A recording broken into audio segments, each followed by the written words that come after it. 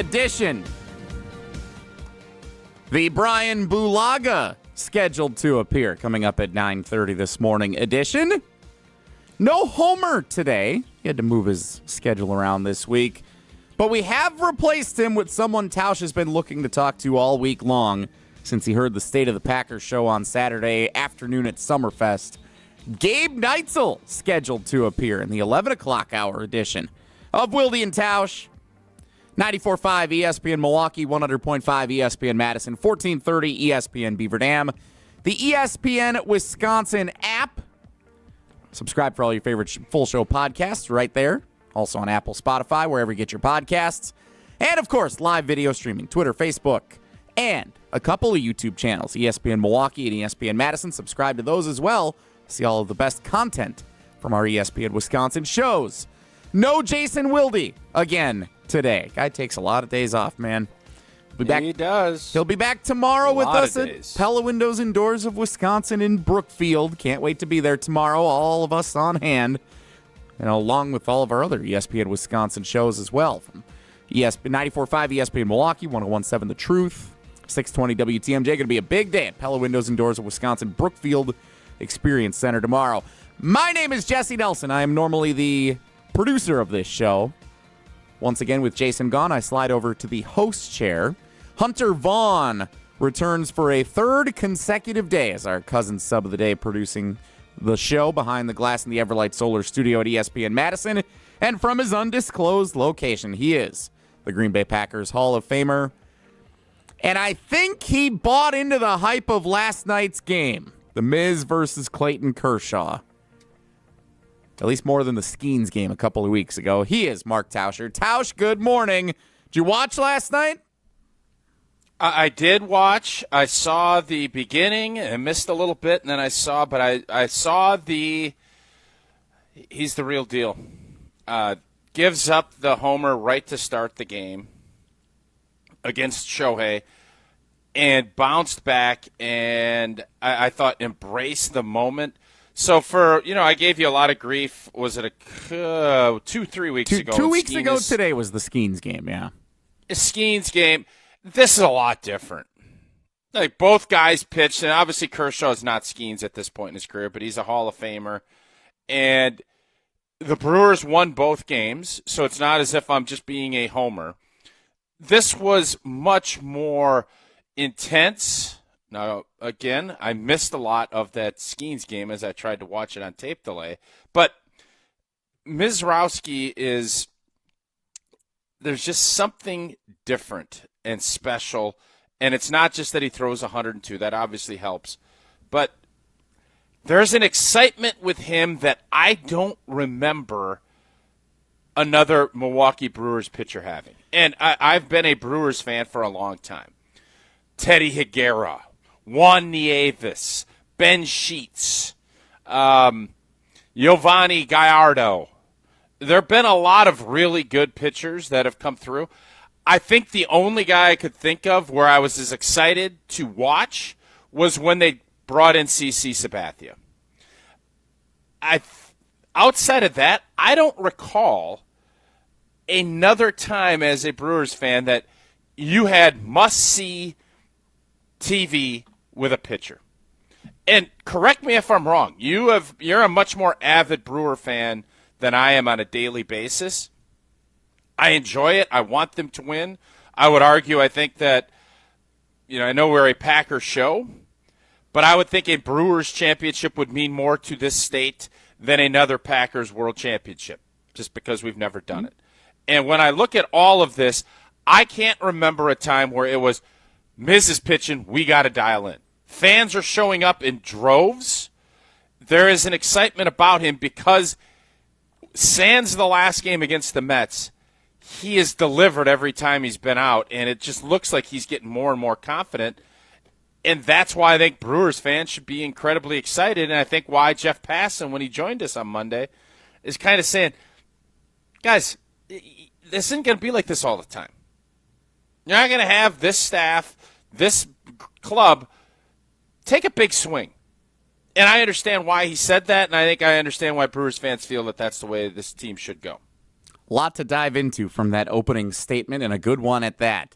844-770-3776 is the Carbless ESPN Wisconsin talk and text line. Your way into the show, 844-770-3776. Matter of fact, Jesse, yeah, tell me who has been more hyped as a professional athlete, not college, as a professional athlete in the state of Wisconsin since 2000. Is there anybody? Okay. Because I don't want to be. I don't want to be a palm. I don't want a prisoner a moment. This thing, but I'm trying to think because Aaron Rodgers not as a rookie. No, Jordan Rodgers' Love, first not start, as a rookie. When Aaron Rodgers took over for Brett Favre, that Monday night game against the Vikings, you had to be ready to go to know what Jesse, that was going to look like. I'm asking as a debut, as a rookie. Yeah. Well, I mean, Aaron Rodgers won a rookie. I guess true. Jordan Love, Aaron Rodgers taking over a few years into their careers. You're right. Different than taking over as a rookie. I understand.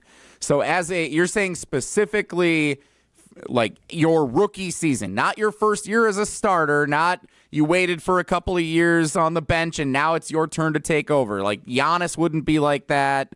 Rodgers wouldn't be like that. Jordan Love wouldn't be like that. You're saying straight rookie seasons. I want to clarify that, right? I just want to think back, and I'll even go back further because I'm starting to think since 2000, who's been a rookie? Giannis? Nobody. Everybody was, okay, there's this gangly guy from Greece. I don't know how good he's going to be, and he didn't really emerge. He had to grow into what he is now. It took 3 or 4 years for casual fans to know how to say his name. And that's us.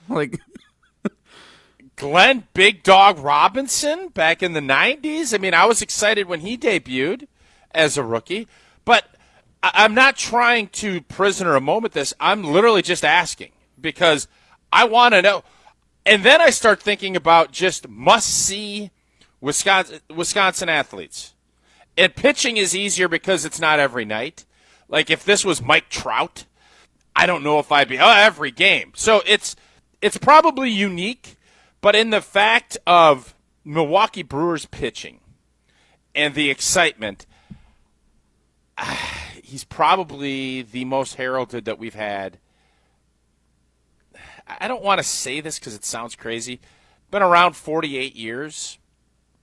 This is probably the most excited you've been for a pitching debut that has turned into this in 48 years.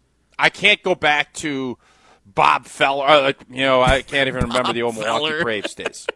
But I can't recall that because I wasn't around. But what has been a bigger whoa than what we've seen the last 5 or 6 weeks? So that's the question for you to weigh in on 844-770-3776, the Carbless ESPN Wisconsin talk and text line. You can also share it in the YouTube comments, seeing a few there. We'll get to those in just a moment. I want to talk about what you said about CC Sabathia because I totally agree. I felt this 2 weeks ago with the Skeens game, but now even more so. And I think part of why I feel that way is not only that he's lived up to the hype, not only that he's been dominant in the ways that the Miz has, but each start has progressively added, it feels like, more or at least similar stakes to what he's going into. Obviously, the debut against the Cardinals and the 5 no-hit innings. Following that up in Minnesota with 7 or a perfect game through 6 into the 7th inning. You had the start against Skeens at home against the Pirates and the pitching matchup there. Then playing against the Mets, the best team, one of the best teams in the National League, even though they were struggling when the Brewers caught them. And now playing the Dodgers and going up against Kershaw. His next start, if they keep him on where we think they will, if they don't give him a full 14-day break out of the All-Star break, it will probably be against the Dodgers again at Dodger Stadium. It just keeps building every time that he's out on the mound, and every time outside of the Mets game, he's lived up to it. It's now to the point, and this is where I feel it's the same way as CC Sabathia. I was a kid when Ben Sheets was pitching. I knew he was good. There have been a bunch of other good pitchers that have come through, like Zach Greinke when the Brewers traded for him in 2011. He was great. He's severely underrated, I think, in Brewers history. But it wasn't circle the day that guy's pitching. The minute he comes off the mound last night, I'm looking at when is the next time he's pitching. We don't know yet because of the All-Star break, but after the Mets game last week, when's the next time he's out there? After the Skeens game, when's the next time he's out there? It becomes appointment viewing or listening on the radio network or going to the game, as he's sold out the stadium the last couple of games that he's pitched. It has now caught that kind of mania, that frenzy for Brewers fans. It's only comparable to when CC Sabathia came here in 2008. You circled, when is CC Sabathia pitching next? I got to get to the stadium. I got to make sure I'm watching at home. I got to make sure if I have plans, I'm turning on the Brewers radio network and listening to it. That is the same level this is at now at the Miz, and I don't remember it ever being like that for an individual player outside of CC Sabathia.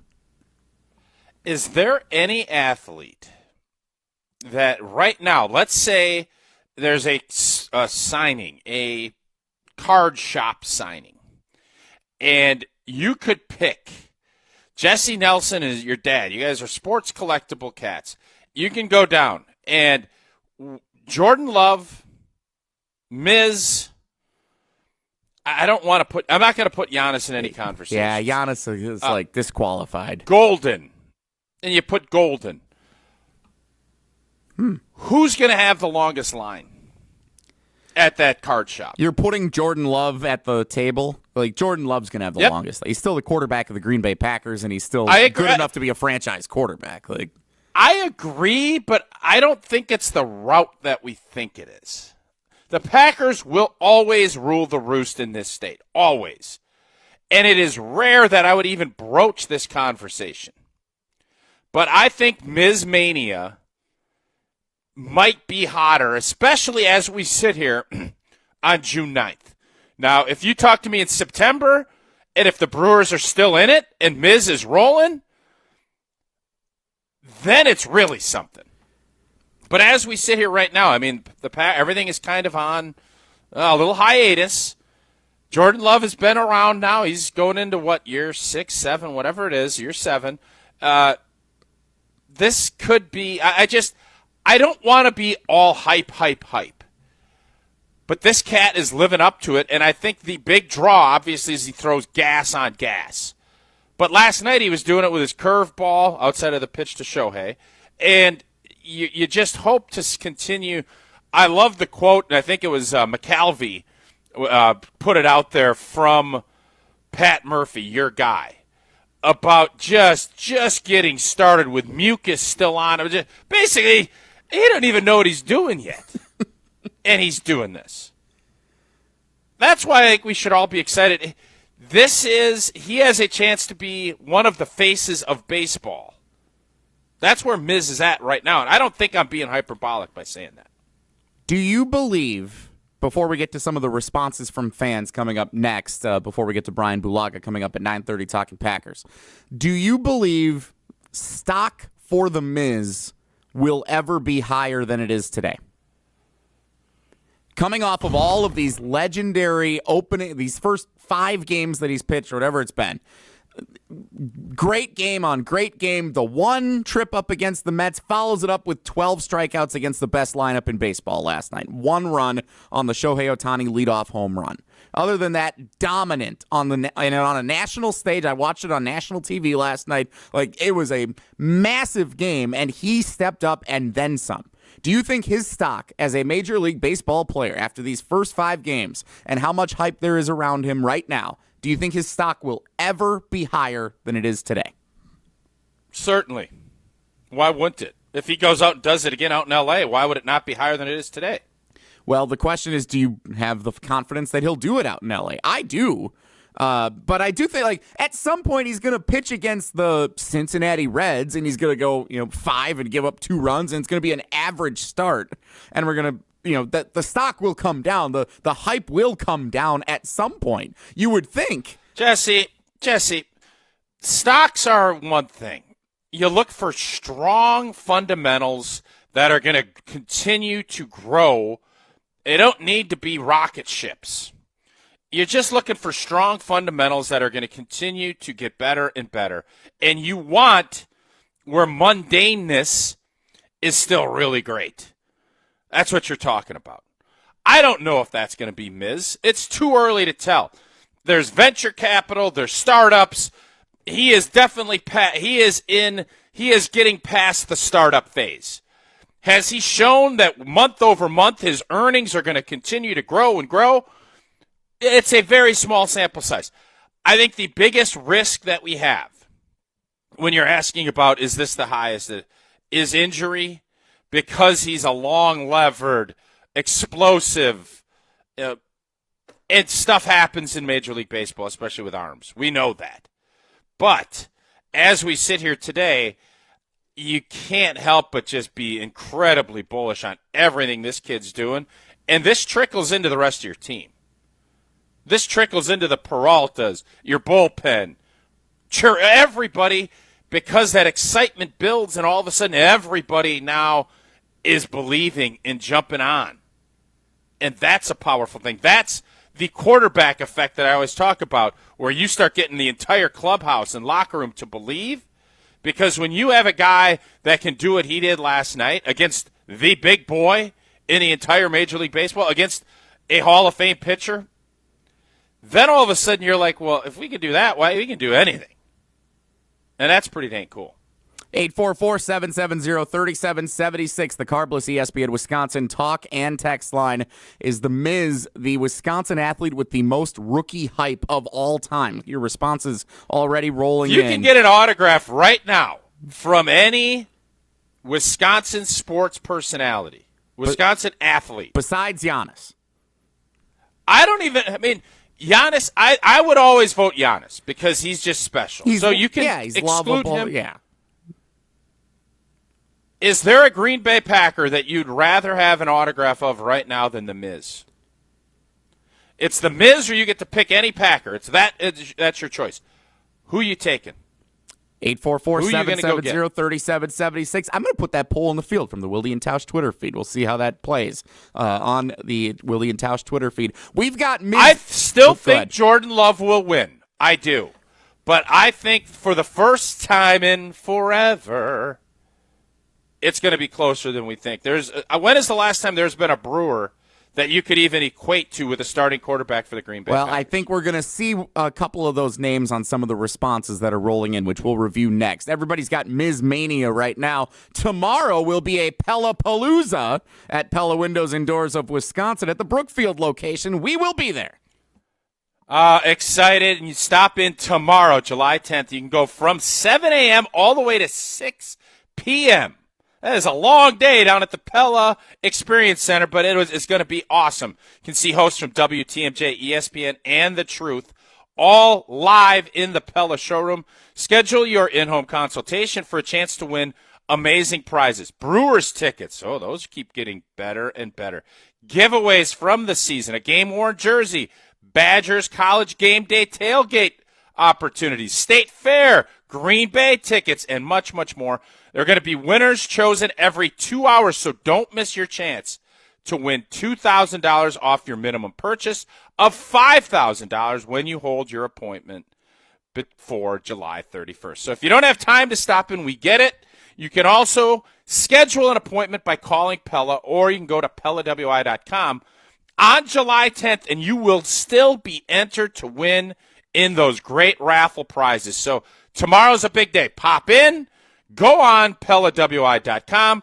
The earlier you enter, the more chances you're going to have to win throughout the day. So go ahead, jump on in. Going to be a fun day down in Brookfield with all of the GKB talent down there and all of those great prizes and that great deal that Pella always has going. More about the Miz coming up next. It's Wilde and Tausch.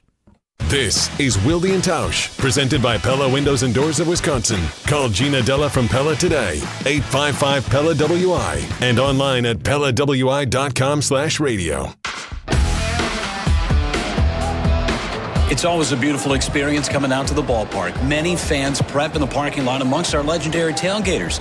When you're ready for new windows and doors, prep for those at the Pella Experience Center in Brookfield. See, feel, open, close, and compare dozens of window and door options from different Pella lines side by side. And if you order by July 31st, get 0% interest for up to 5 years on Blue Mountain Road, or visit PellaWI.com today. Ben Bruss here to tell you about Zimbrick European. They're Mercedes, Audi, Porsche, and certified pre-owned. But the best part is I've been working with them since 2018, and the evolution has been a 2-door, a 4-door, and now it's time for an SUV. My life has changed, and it's changed with Zimbrick European. Being a dad has made it really important to have the comfort and the safety that the SUV will bring me. Again, Zimbrick European off the Beltline at Rimrock Road. Of course, I found the sexiest car on the lot. Check them out. Mark Tauscher here to tell you a little bit more about Everlight Solar. We all know that electricity costs are on the rise. That's why you need to talk to my friends over at Everlight Solar. Their local team here in Madison is here to keep it simple. From your no-cost consultation to solar panel installation, the team at Everlight Solar will be with you every step of the way. Not only will they help you save money, but by switching to solar, you're also helping save the planet. Everlight Solar, a proud partner of Wisconsin Athletics. Check them out at everlightsolar.com. From color-changing alexandrite to shimmering zircon and everything in between at Chalmers Jewelers, you'll find high-quality, affordable, one-of-a-kind pieces. We source straight from the gem cutters, and we manufacture in-house from start to finish. As the manufacturer, we believe in truth in pricing. Never pay more for quality and stunning, beautiful jewelry. She's one of a kind, and so should her jewelry be. While others may send your jewelry dreams to someone else to make, with us, your dreams become reality with the help of our custom jewelers, with you involved the whole way. With a staff that has over 200 years of combined experience, why buy from a place that marks up jewelry made by the thousands? When you can buy direct from Chalmers for that one-of-a-kind piece that is better quality, often for less. Chalmers Jewelers in Middleton and Madison. When it comes to your health, do you want to buy something online or do you want to meet with someone local? A local doctor with a family-owned business that cares about you. That's right, you want to meet with Nestor Rodriguez and Ashley Rodriguez at Carbon World Health. You have questions about cryotherapy, red light therapy, hormone replacement treatments, GLP-1s, or you just want to have a great workout. Carbon World Health is there for you. They have a new location in Sun Prairie, and they have their original location in Madison. So when it comes to your health, there's nowhere better to go than Carbon World Health in Madison and now in Sun Prairie. Celebrate Happy Gilmore 2 at the Bridges. On Sunday, July 27th, play in the Be Happy 2 or 4-person scramble for $120 per person. Includes 18 holes of golf with a cart, prizes, and dinner. Find more details at golfthebridges.com today. All day, every day, the Carbless Talk and Text line is open for you. 844-770-3776. The Carbless Talk and Text line. This is more. People travel the world to collect Hard Rock shirts, and Hard Rock Casino Rockford is going to give the people what they want. Get in on the action at Hard Rock Casino Rockford, where all new Unity card signups receive an official Hard Rock shirt, plus free play to kickstart a winning streak. Whether you're spinning the slots or playing the tables, you'll be dressed for success.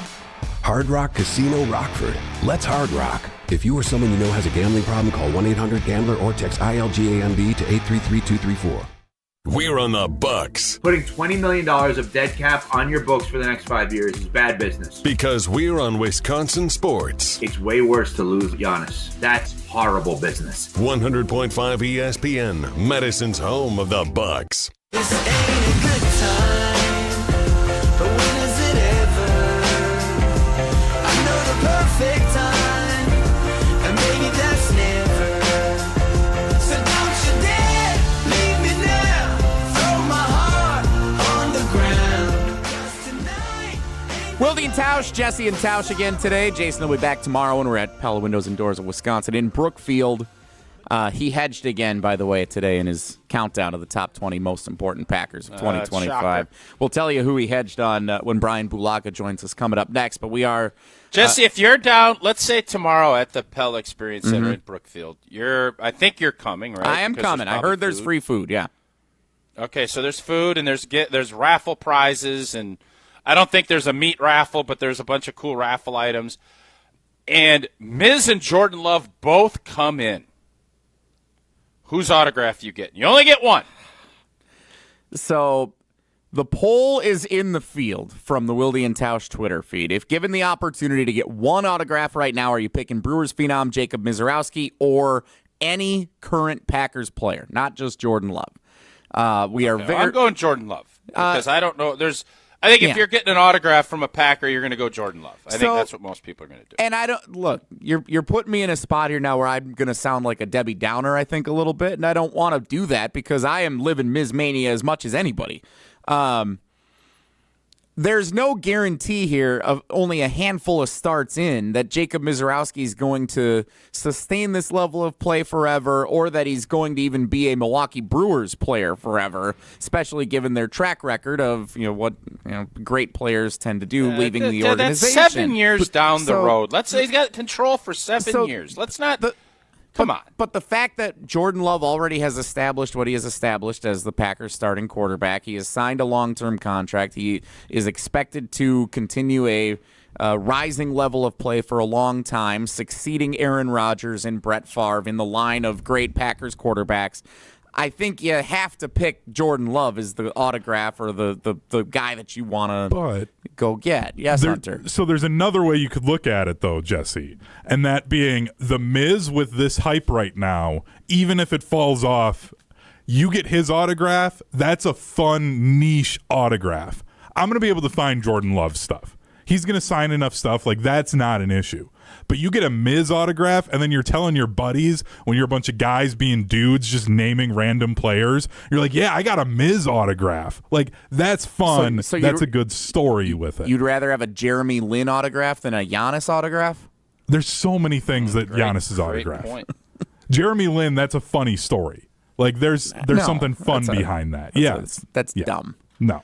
I would much rather have a Giannis autograph. I'm not an autograph guy, but I'd much rather have a Giannis autograph. I'd much rather have a Jordan Love or a Aaron Rodgers. I have a Brett Favre. All easy autographs to get. They're not. Not when you're getting them in person. Does that answer your question, Tausch? No. No, it doesn't. I don't know what I just listened to. Early in the voting, Jeremy Lin somehow has worked his way into the conversation. Early in the polling, and again, we're only a handful of votes in. This just went up on the Wilde and Tausch Twitter feed. The Miz is leading 75-25 over any current Packers player. That includes Jordan Love.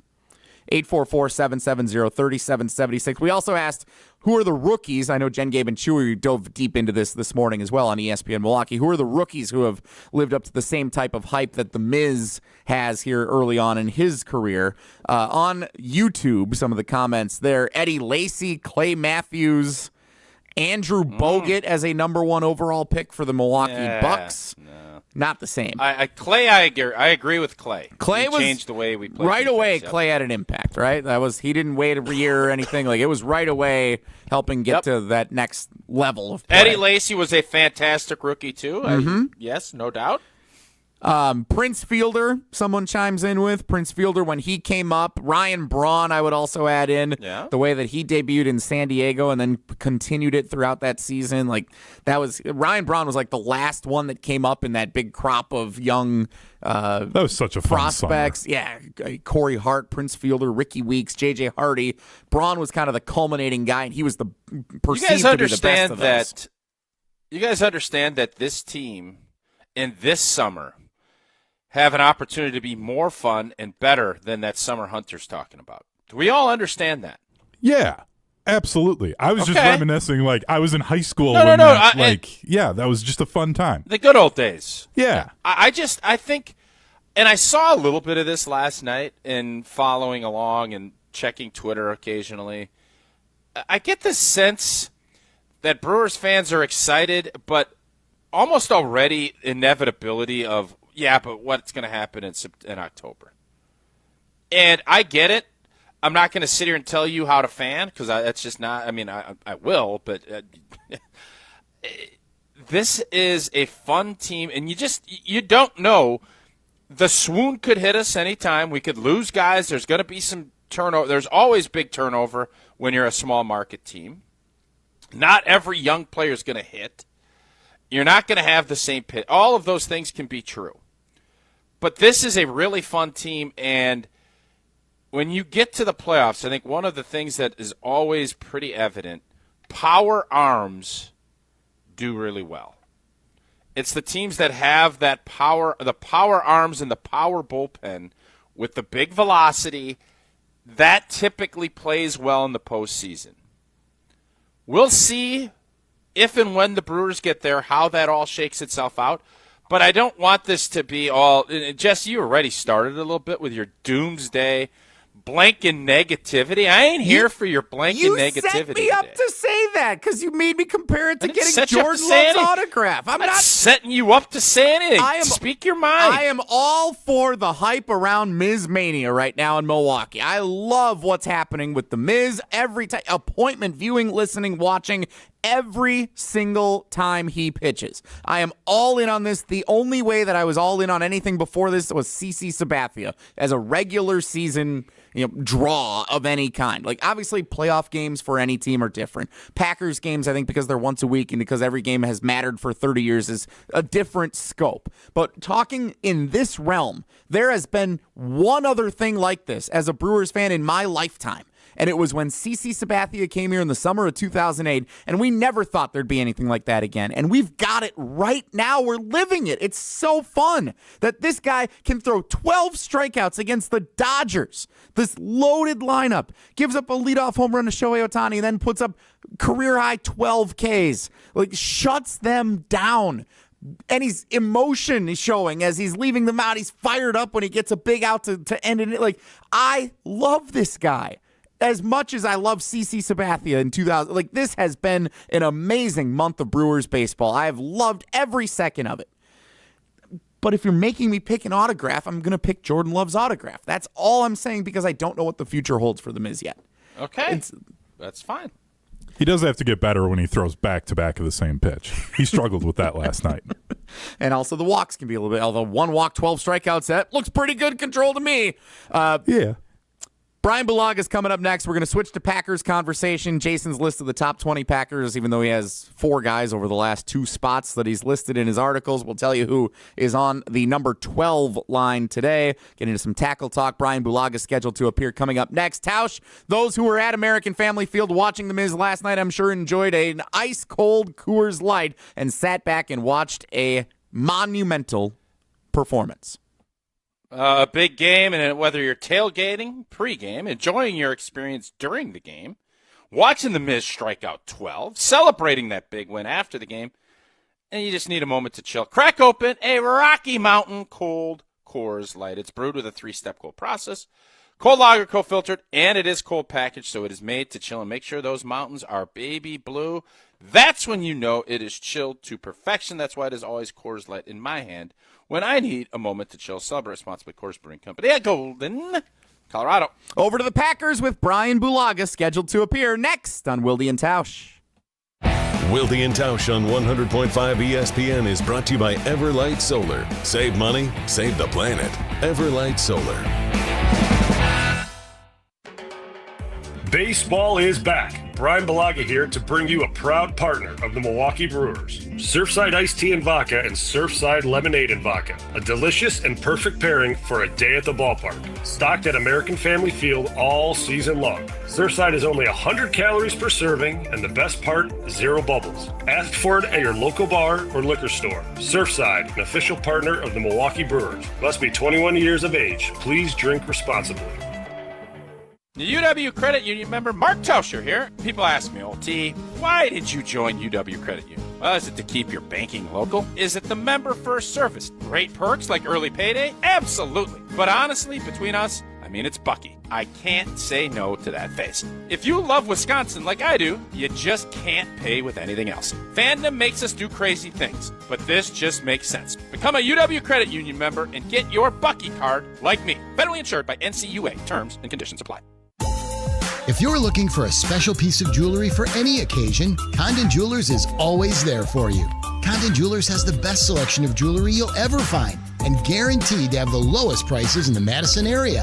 Free shipping is always available. Visit CondonJeweler.com or call 241-3406 and ask for Jim, the owner, who's at the store every day. Shop locally. Condon Jewelers, the jeweler on the east side, the jeweler on your side. Summer is heating up, and so are the prizes at Ho-Chunk Gaming Madison.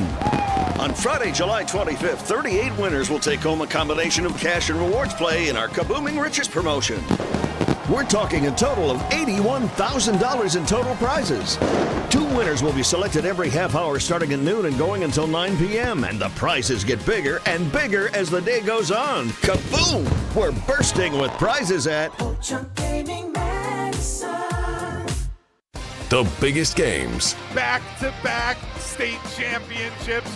Still going, lowers his shoulder into the end zone. Touchdown, Wanakee. The most compelling stories. Where are you going to be playing basketball next year? I'm proud and excited to announce that I'll be going to the University of Charleston. We are now joined by the Executive Director of the WIAA, Stephanie Hauser. The area's best high school sports coverage is Zimbrick Honda's presentation of Prep Mania.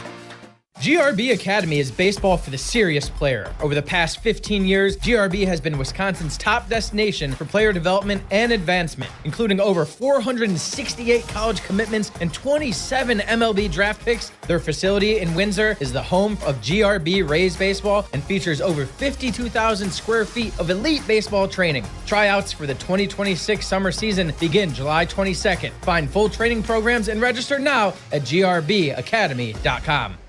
The ESPN Madison Open presented by Coors Light is back. On Monday, August 4th, the ESPN Madison crew is packing their bags and teeing off at TPC, Wisconsin for a day on the links. This year's Open is benefiting Mentoring Positives, a nonprofit based right here in Madison dedicated to uplifting youth and families through mentoring, athletics, and youth entrepreneurship. ESPN Madison Open also brought to you by Badgerland Exteriors, Annex Wealth Management, Sunday Paper, Incredible Bank, Vorikov Osman LLC, and Retirement Income Strategies.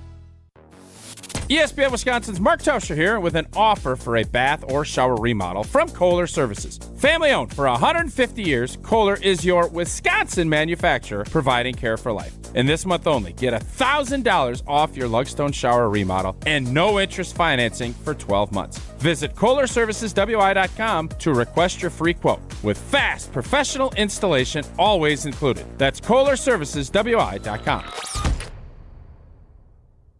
Your state, your teams, your ESPN. The ESPN Wisconsin app. Customizable just to you. Find the ESPN Wisconsin app in the Apple or Android app stores today. I've got some famous friends you probably never heard of, but back in Rutherford County, our crowd is second to none.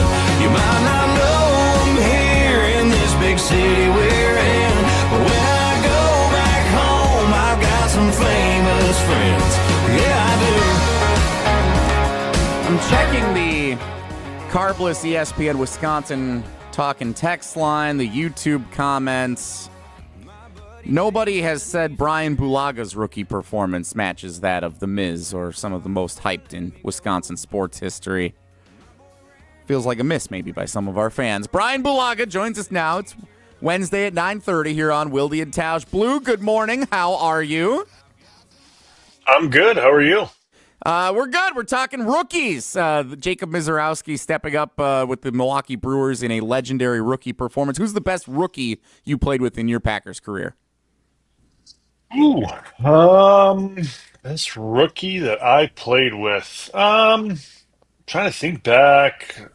Best rookie. I mean, you know, that's the thing about Green Bay. Like rookie, I mean, guys don't make enormous impacts all the time as rookies. Like you have to. That's why people's expectations for rookies in Green Bay always kind of have to be a little bit like tempered, you know, because like they always don't play that huge of a role. I would say for me in my time, I mean, obviously Dave played a big role in his first year. I wouldn't say Dave played amazing though in his time as a rookie. I mean, I think even Dave would say that. I think Dave from year 1 to year 2, significant progress. But from a rookie, I think Elton played phenomenal as a rookie. If you look the way Elton played his rookie year at left guard, he played great. I'm trying to think of guys on the defensive side of the ball. I mean, I think Jair had a really good rookie year. And that's, I mean, Eddie Kenny Lacy played came good. Up. One of our fans texted in. Eddie Lacy was one of the options at the 2014 season. Was really solid for him, right? Yeah. Eddie played really good. His rookie season. Eddie had a really nice year. that was a standout year for him. Corey Linsley, that same year in 2014, was a stud in the second half of the season when he finally came back from injury and he started to start because Treader got hurt, and then Corey came off the PUP list essentially the same time Treader got hurt, and they almost like swapped, and Corey played great. So, I mean, like there's a lot of guys you could talk about who's the best out of those. Hard to decipher. People are going to say Lacey because he scored the touchdowns, which is true. Eddie scored touchdowns and he was a beast. But there's a lot of honorable mentions. There's a lot of guys that played good ball. All right, Blue. So we are getting closer, and we talked last week about that 4th of July kind of being the all right. After that, it's let's get to it. And I don't remember. Did you have conditioning tests when you first got to Green Bay, where you had to do the gassers? You had to do 4 gassers, and if you didn't pass, you had to keep doing it, because that always kept me up at night after that 4th of July, making sure we get that passed. Did you have that, or did we already move towards something else? We moved towards something else. We didn't do that when I got there as a rookie. No, yeah, we didn't have that. It was bloke, so he changed it to something different. So I never had that. I always loved Bryan. I always loved the fact that, all right, here's the deal: take 6 weeks off, come in, run gassers. I don't care how good a shape you're in. Hamstrings get completely tight, and then the next morning, go out and do a double day where you got an 8 o'clock practice and a 2 o'clock practice for 2.5 hours. And then, I wonder why there's some soft tissue injuries. I never understood that concept. And I'm glad to see that the every team in the NFL, including the Packers, have gotten a lot wiser about that. All right, Bryan, what is your top thing you're looking for, or are really intrigued to find out as we're getting towards training camp day approaching? About the team, or about the about the team, about Green Bay Packers. Yeah, like about the weather, about the I don't think we want to get into cloud seed. I don't think we want to get into weather and all. I don't think that unless you want to go there, Bryan, go for it. I don't want to get into cloud seeding. Because I think we could go down that rabbit hole, and it's not a good rabbit hole to go down. How about dinosaurs coming back? We had a little discussion yesterday. The woolly mammoth is coming back. I think there's a small chance, that dinosaurs might be coming back. I don't think you want to go there either. So I was initially saying Packers storyline, but it's your segment. You go where you want to go. Well, they bring back the dire wolf, so they could bring back the woolly mammoth. A lot of stuff coming back. All I'm saying. So they technically could do that if they really wanted to. From a Packers standpoint, what I'm looking forward to, there's a lot of good storylines, and I'm going to keep it in my lane, which I think is appropriate for me. It's the left tackle spot, because I really think that we didn't really find out much about who they're leaning to from who came out of this OTA process as the said favorite, or who they're leaning towards, out of the springs, which was predictable, right? Because the spring is what we called it in college, the season for a reason. That's kind of what spring ball is now, especially with what they're doing and how it's just jog through, essentially, is what they're doing now, is if you can even call it a jog through.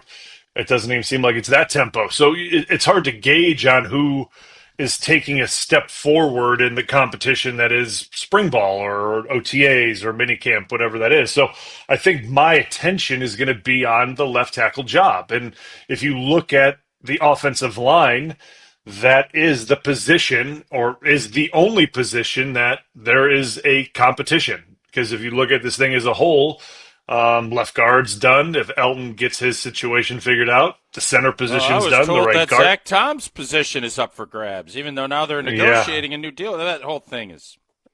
Yeah, that was you and I kind of called that from the jump, that is the biggest. That could be the biggest joke that we heard. Bryan, do you think that the right guard spot is pretty solidified, that there's not going to be, it's going to be Sean Ryan, and So it is really just going to be Morgan versus over there versus Walker over at left tackle. I think so, and I'm not saying that Sean Ryan in some way, shape, or form won't be pushed by somebody. I mean, I would imagine that the second round pick will probably get some snaps there at guard if he does get, unless they just keep him exclusively at tackle. He hasn't even been signed yet. I don't think, is Belton signed? He's not signed yet? Jesse, has Belton signed with? I don't think he's signed. I guess there's some stuff with second-round picks, Brian, that they're trying to get fully guaranteed deals, and I think a lot of second-round picks throughout the NFL have not signed yet, and I think Belton's one of them. Wow. Yeah. Wow. Sports Illustrated saying he's not. Oh, baby. Well, that's an interesting change of events. Is Golden signed? Yes, he is. Yes. Wait a second. The first round pick signed, but the second round pick's not signed. Yeah, what's the deal with the second round picks, Tausch? Because you've said this before. So here's what I understand, and again, take it for what it's worth. The first round picks are all getting fully guaranteed contracts. Now, the Cincinnati Bengals are trying to put language with their first round pick to basically say if you get in trouble, get suspended, we can recoup some of your guaranteed money. And they're saying, no. Cincinnati just doing what Cincinnati does. The second round picks in the past had gotten a certain amount guaranteed. More second round picks are pushing for fully guaranteed 4-year contracts. And I think a lot of the league, not that there's any collusion within the NFL, we know that's not the case. There's a little pushback to say, no, we're not going to do that. And I think that's why there is a pretty substantial amount of second-round picks that have not signed. I think that's what's going on with Belton, but I'm sure Jason, when he comes back tomorrow, can fill us in more on that. Good for the second-round picks. Hold strong. Yeah, get your money. In my opinion, get your money. Hold strong. Yep. Hold strong for the second-round picks. But that's interesting. But I think Sean Ryan and I don't know anything about the guys. I mean, obviously Jordan Morgan competed with Sean Ryan a little bit for that guard spot last year, and he got hurt and things like that.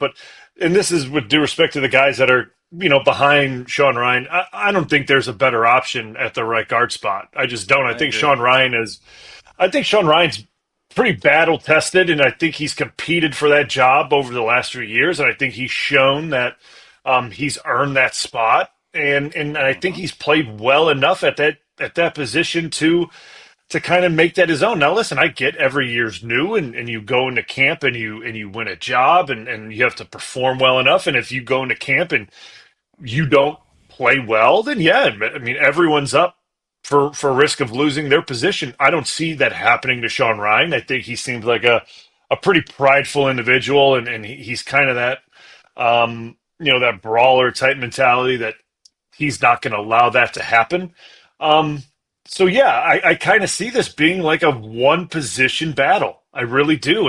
And that's why, when we were talking about this early on in OTAs, when Steno and LaFleur, they were opening this up to like a 3 or 4 person, battle in the offensive line of positions. It's like that's just not possible. You don't have the depth to turn this into a, every position is open for competition. That's just not possible in today's NFL. So it's going to be, the left tackle job. And obviously if Sheed wins this thing out, right, if it's as quick as last year too, which I don't think that's going to be the case this time around, right? Like, and this is just me. That was like 2 days.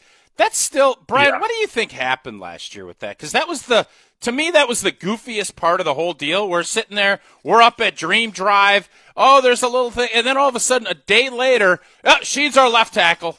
I don't even know if they had pads on. And Jordan Morgan's going to battle Ryan for right guard. And we're all looking around like, just wait a second, wasn't he? And he came out, he's like, I want to be a left tackle. I was drafted to be a left tackle.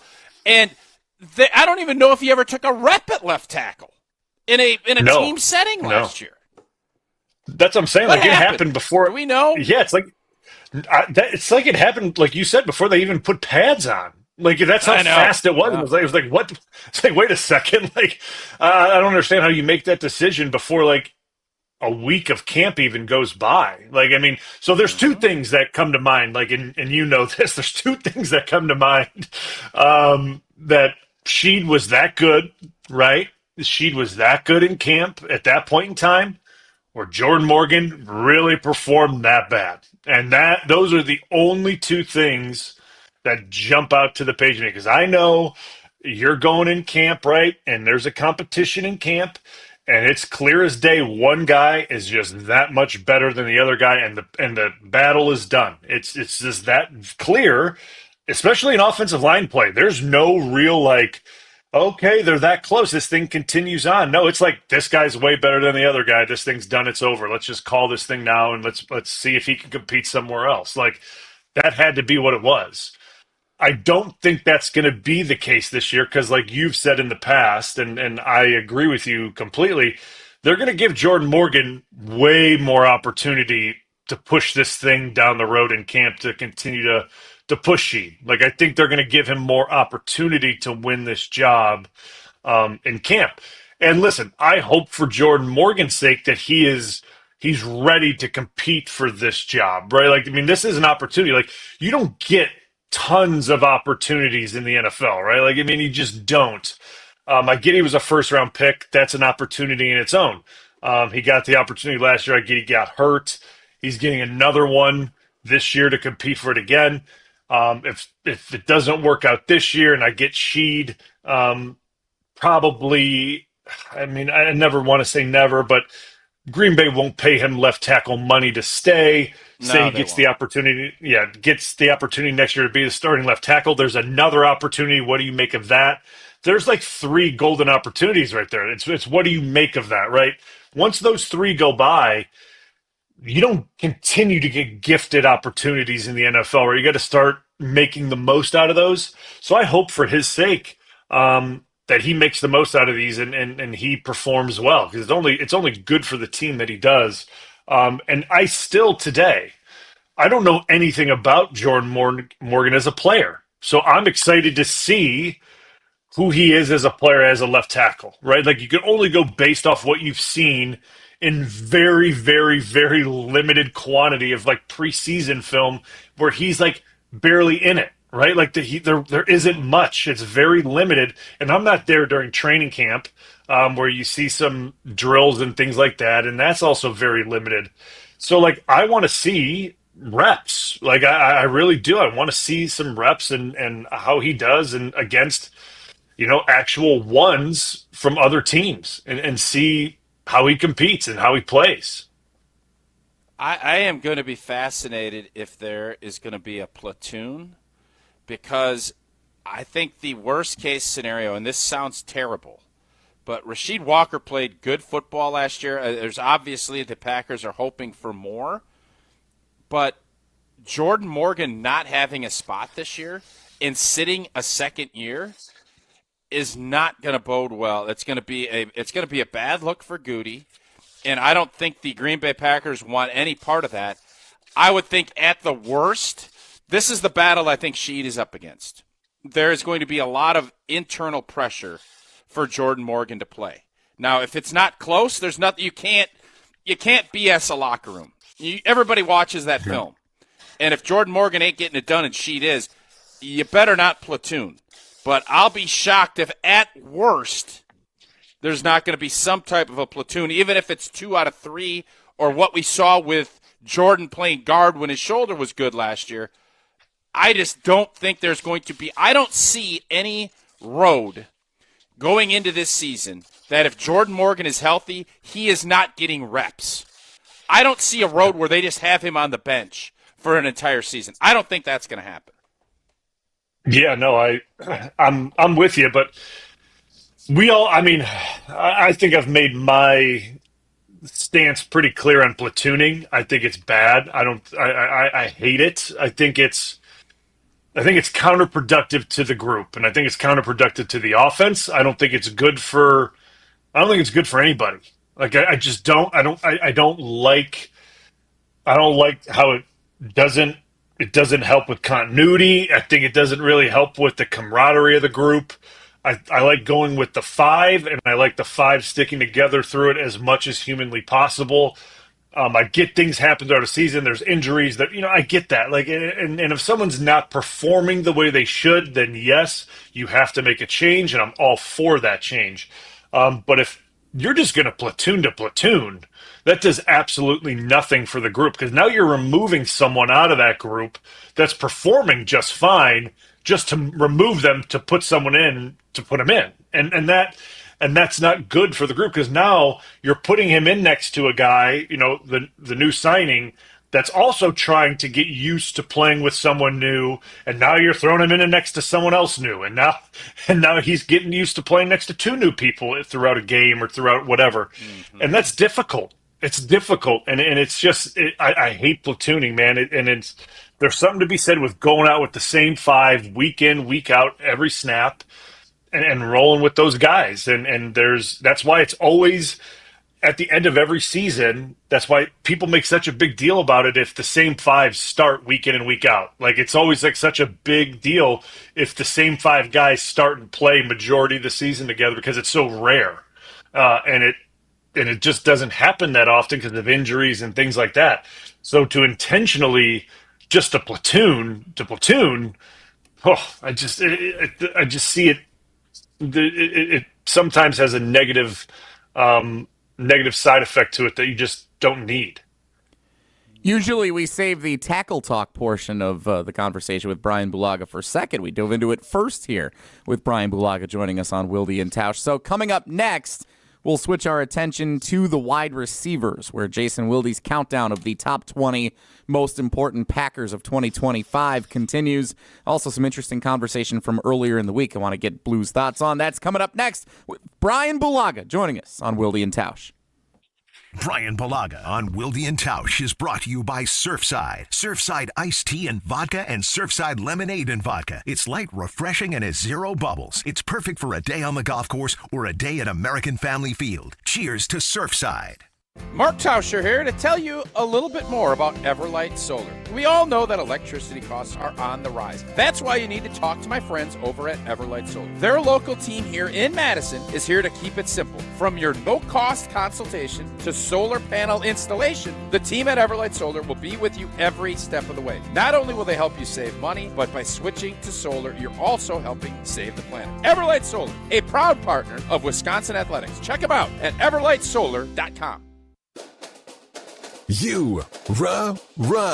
Pella Windows and Doors of Wisconsin present your Badger Minute. Here's Pablo Iglesias.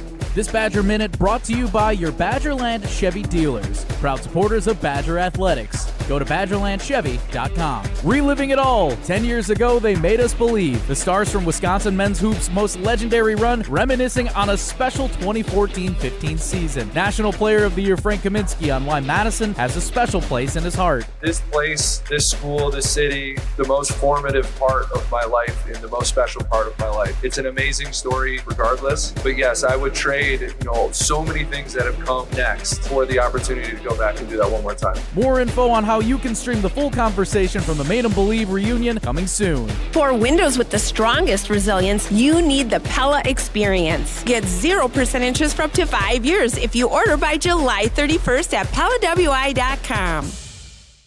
For official rules and more information about every contest on 100.5 ESPN, visit ESPNWisconsinContests.com. That's ESPNWisconsinContests.com. You're listening to 100.5 ESPN and the ESPN app.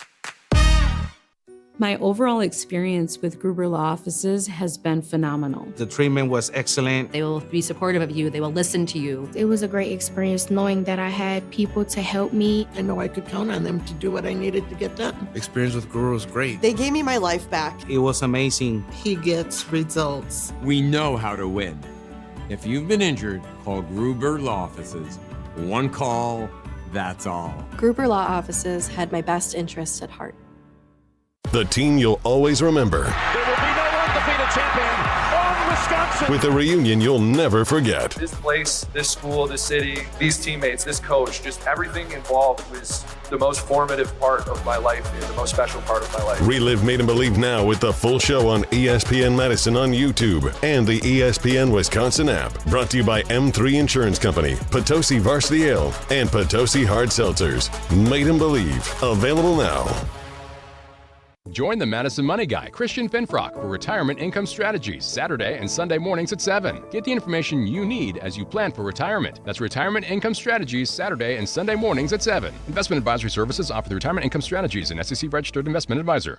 The pulse of the Milwaukee Bucks, straight from a Bucks legend. Can't get it off. Marcus Johnson will, though. Can't leave him alone for a 12. Tap into Here District with Marcus Johnson on Bucks Plus. Marcus and his son Chris offer a weekly beat on Bucks basketball. Get your questions answered and hear from the biggest names in basketball. Find Here District with Marcus Johnson at bucks.com/plus on the Bucks app or wherever you get your podcasts. When you're in the right place at the right time, things get done.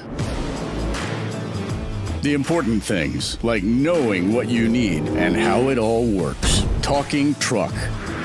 Fixing it right the first time. At Zimbrick Chevrolet, our people get it done right and now.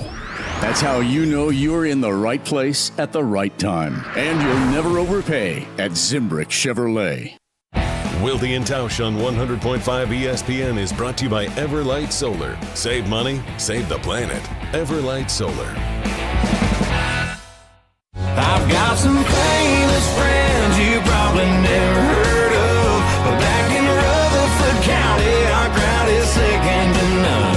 You might not know them here in this big city we're in. Continue with Bryan Bulaga on Wilde and Tausch. Jesse and Tausch today with Jason Wilde on assignment. He is back tomorrow, and in fact, Bryan Bulaga is hosting with Jason Wilde this Friday on Wilde and Tausch with Tausch fun. and I stepping away for a day. So that'll be fun. And in the spirit of getting Bryan prepped for that, we're going to keep him for a third segment today. So just a quick one to throw at you here, Bryan, before we get to the wide receivers. Dale in Reedsburg on the Carbless ESPN Wisconsin talk and text line. Let's ask Bryan about his thoughts on taking his mother-in-law to the movies. So, for context, Bryan Bulaga, our producer today, Hunter Vaughn, shared on, what was that, Monday of this week? Yeah, it was Monday. Over the weekend, he and his mother-in-law, and only those two together, went to a movie, the F1 movie with Brad Pitt. Yeah. Is that something you've ever done, or do you find that to be a unique situation, Blue? Okay. So considering now that my mother-in-law now lives in Florida, this could this is now would be like a possibility for me now that she lives now down here in Florida. I don't want to, rip Hunter for anything that he does. But it's okay. I wouldn't be doing that. No, that's not something that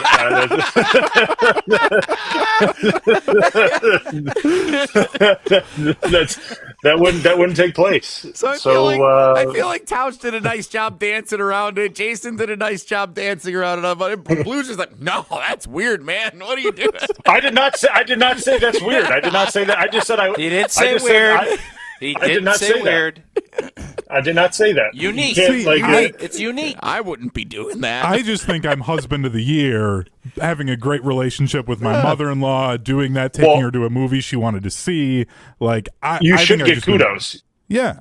You should get kudos for that from your wife. There is absolutely no doubt that you should have unlimited rounds of golf this summer for that if you play golf. Well, College Football 26 comes out tomorrow. I'm taking the day off to play that, so I think I'll get a few more hours out of that game then. There it is. Okay. Fair enough. Fair enough. Fair enough. I'm glad we got Bryan Bulaga's perspective on that. Thank you, Dale in Reedsburg, for the text on the Carbless ESPN Wisconsin Talking text line. We will now kick off the 10 o'clock hour with Bryan Bulaga reviewing Jason Wilde's top 20 countdown to the most important Packers of 2025, examining more wide receivers.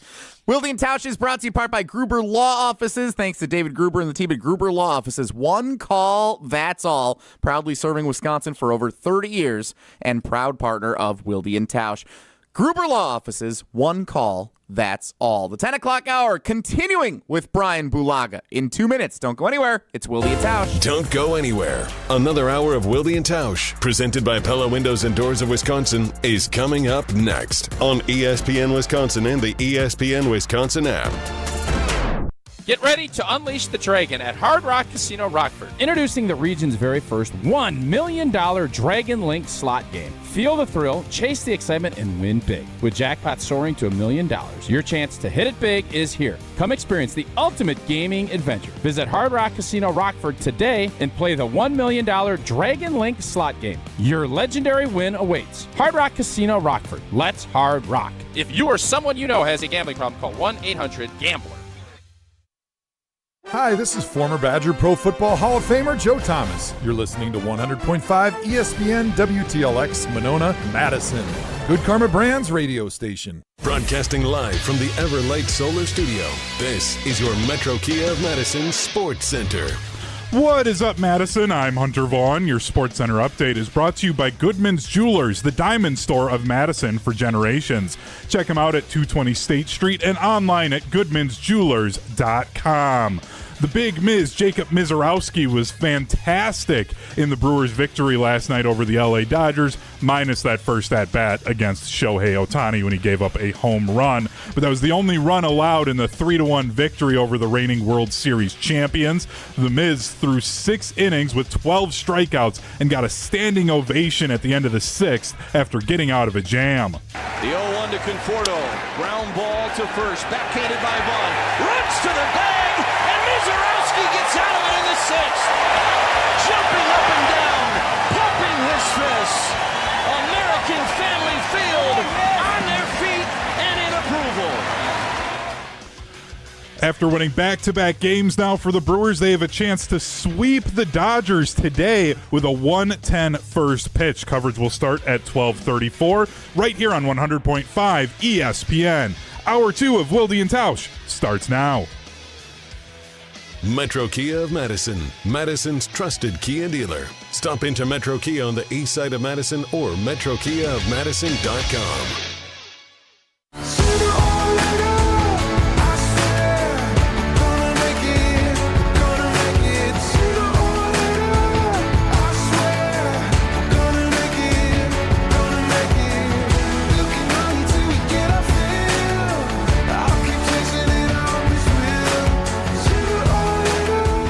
The 10 o'clock hour of Wilde and Tausch, Jesse and Tausch today with Bryan Bulaga joining us for a special third segment today. Thanks for sticking around, Blue. Jason Wilde's countdown of the top 20 most important Packers is 8 spots in, and he's already up to 11 names. So we've got that going for us. Blue, you can give him some grief about that when you fill in with Jason hosting the show on Friday.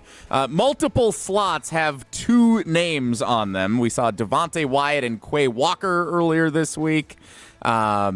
We saw yesterday Jaden Reed and Dontavion Wicks in the number 13 slot. And today, following up after Wicks and Reed in the number 12 spot in Jason's countdown, which you can find all of the featured articles over at channel3000.com, where Jason writes, we see 2 more wide receivers, Christian Watson and Romeo Doubs, checking in at number 12 in Jason Wilde's countdown of the top 20 most important Packers of 2025. 2 guys who are both entering the final years of their current contracts, hoping for extensions or at least to get paid somewhere else after this season, but for different reasons have different things to prove this coming year. Blue, what do you think of Christian Watson and Romeo Doubs checking in at number 12 on Jason's list here today? Yeah, I mean, I think obviously both big players for this team, and I think it's appropriate that they're they're lumped together, right? I mean, and it obviously Watson, it's hard to place him certainly somewhere alone on the list because of the ACL injury and the unknown of when he's coming back. So I understand why Jason put him with Doubs. Obviously, they're both in a contract year, and the unknown of when Watson will be back. Obviously, Tausch talked about this last week. We talked about it, and his timeline looks really good. He's looking good. From all accounts, it sounds like he's healing really well, which I'm very happy for him in that standpoint. But these are two major contributors, right, or expected to be, and especially when Watson gets back. What the future holds for them is the key parts of this, right? Or what could be the future of potentially as camp rolls on for, I would say, more when we start to see this wide receiver room develop per se, right? Like as we start to see as the reps start to get played out and who's getting reps where and who starts to get targets and when Golden and the third round picks start to get their reps and who's getting more snaps, that's when things start to get interesting, right? Because not everyone can get the ball every single snap. Not everyone can be on the field all the time, right? So there's only so many receivers you can have in a room and keep them all happy, so to speak. I've been on teams in Green Bay where the receiver room was absolutely loaded, right? Like, and it was 5 deep, and you had a distributor in Aaron that could get them all the ball, and guys were all getting catches and all getting touches, but there was always games where great players weren't, getting 8 to 10 touches or targets a game, and not everyone was scoring touchdowns. And, I'm not saying guys were disgruntled, but not everyone is happy, right? And that's the way this thing goes. I was just going to ask you, Blue, you're kind of saying there were guys disgruntled because I mentioned this yesterday. There is always going to be kind of a pecking order in the receiver room, and you got certain guys, especially with Devontae when he emerged as the guy. I don't know if that was good overall, but you kind of understood where they were. This group, you mentioned your loaded room. We had loaded rooms. There was emerging guys. There's always a little consternation, but the big thing is when you have a quarterback like Aaron, you kind of had to keep it under the radar. It couldn't be where you're seeing these guys publicly take stuff out there. That room is the most complicated room on your team. I bet in every locker room across the 32 teams, that is the most complicated room to make sure you manage egos in the right way.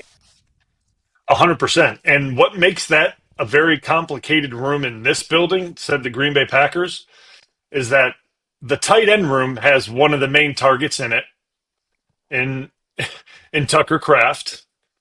And this is becoming a very run-oriented team in Jacobs. So a lot of touches are going to the guy in the backfield, which then cuts down the targets on the outside, where in my teams, we were a very, throw it team. So those guys on the outside knew they were getting the ball. So there were plenty of targets to go to the guys on the outside, regardless of how deep the room was, right? We had 5 guys in the room. They knew we were going to throw the ball probably 40 times a game, most likely like 40 to 45 times a game. There were going to be, opportunities for guys. That's not the case this year, or, you know what I mean? And then you got the tight end in there. He's going to get targets with, Tucker Kraft.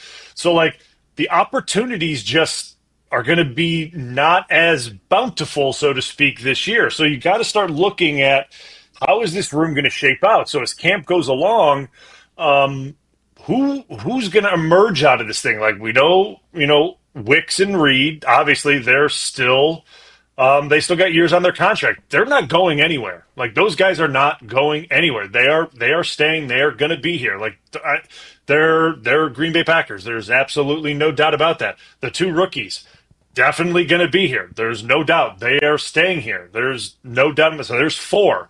Watson coming back from an ACL. He's working back. Definitely going to be here. There's no doubt about that.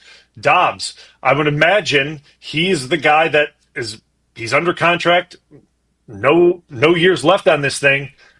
He's performing to find himself a new deal, whether it is here or elsewhere.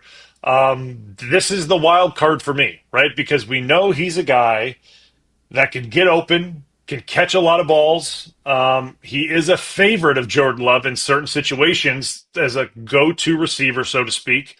The thing is that there's been some odd things that have happened over the last year that we all have, it's pretty obvious what happened last year.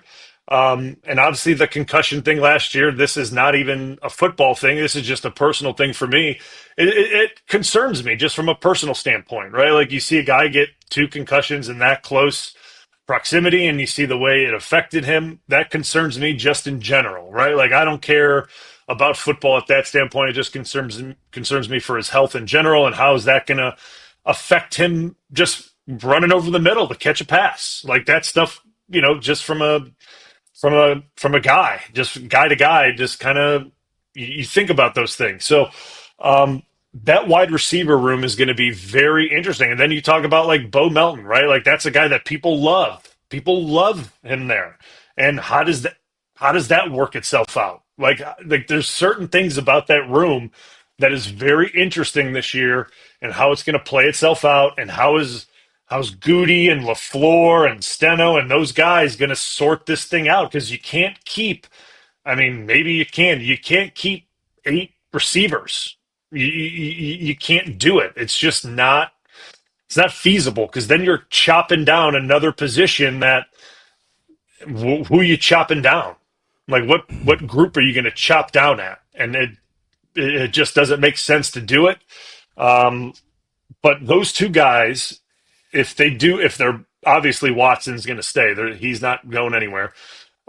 You keep Doubs and Watson. If those 2 guys are on the team, and like I said, Watson's obviously going to be on the team. Doubs has a huge role to play because I think if he plays his best football, and obviously he's highly motivated, he's playing for a contract. That's what he's doing. He's playing to help the team and all that, but he's playing for a contract. People can look at it one way or another. This is a contract year. He's playing for a contract. He's highly motivated. If he's able to play his best ball, that is going to help Green Bay immensely. And we know he can do it. He is a talented player. He's got good hands. He runs good routes. And if he's able to play at a high level, that is going to help that room immensely. So it does not shock me that they're ranked where they're at and they're ranked together because it's a pivotal year for both of these guys, no matter which way you look at it, from coming back from an injury and from a contractual standpoint. Both big time players for this team. Tausch, you're nodding in approval, and Jaden Reed is the guy that we talked about yesterday, that it's not necessarily the question of who will emerge this year, but like you mentioned, Bryan, who's going to be left out. And if the Packers are adjusting the offensive line, which in what appears to be addressing more of establishing a solid running attack for Josh Jacobs to avoid having all those yards after contact for the coming season, then if that's going to be a primary focus of the offense, and getting Tucker Kraft involved in the receiving game is going to be a primary focus of the offense, then who's going to be left on the field and who's going to be the odd man out? Jaden Reed is the one that probably has the biggest question mark, especially based on some of the metrics down the stretch of last season of playing time that he had on the field. Where do you think Jaden Reed stands in that room right now? Yeah, and this is kind of this is what I'm talking about. Like, it's hard to tell right now where they all stand based on, like, we don't know the direction of what LaFleur's thinking from a trend standpoint of what personnel groupings that he's going to start favoring early on in camp or in season until they all really get together and this thing starts to mold, right? Like, that's kind of what we'll start to see, and we won't start to see it. Like, I think if you start to pay attention, especially the guys on the ground like Jason and the beat guys that are there during these joint practices, if they're paying close enough attention, they'll start to get a feel for that during the joint sessions with the other teams, because that's when you'll start to see what personnel packages they're favoring against these other teams, because that's when you start to figure out what their comfort level is against opposing teams with like unscouted looks, essentially. Like that's how you start to get a really good feel of what their comfort level is, like just throwing out groups against what we don't know what we're going to get. Like we have an idea of what defense they run. We don't know exactly what we're going to get, but this is what we trust. This is our go-to. This is what we love. And that's how you'll get an idea of like, hey, this is what we may be seeing a lot of. And that's where you'll get your idea. And like, we can talk about, they may favor Reed, they may favor Wicks or Dobbs. Like we could talk about that now.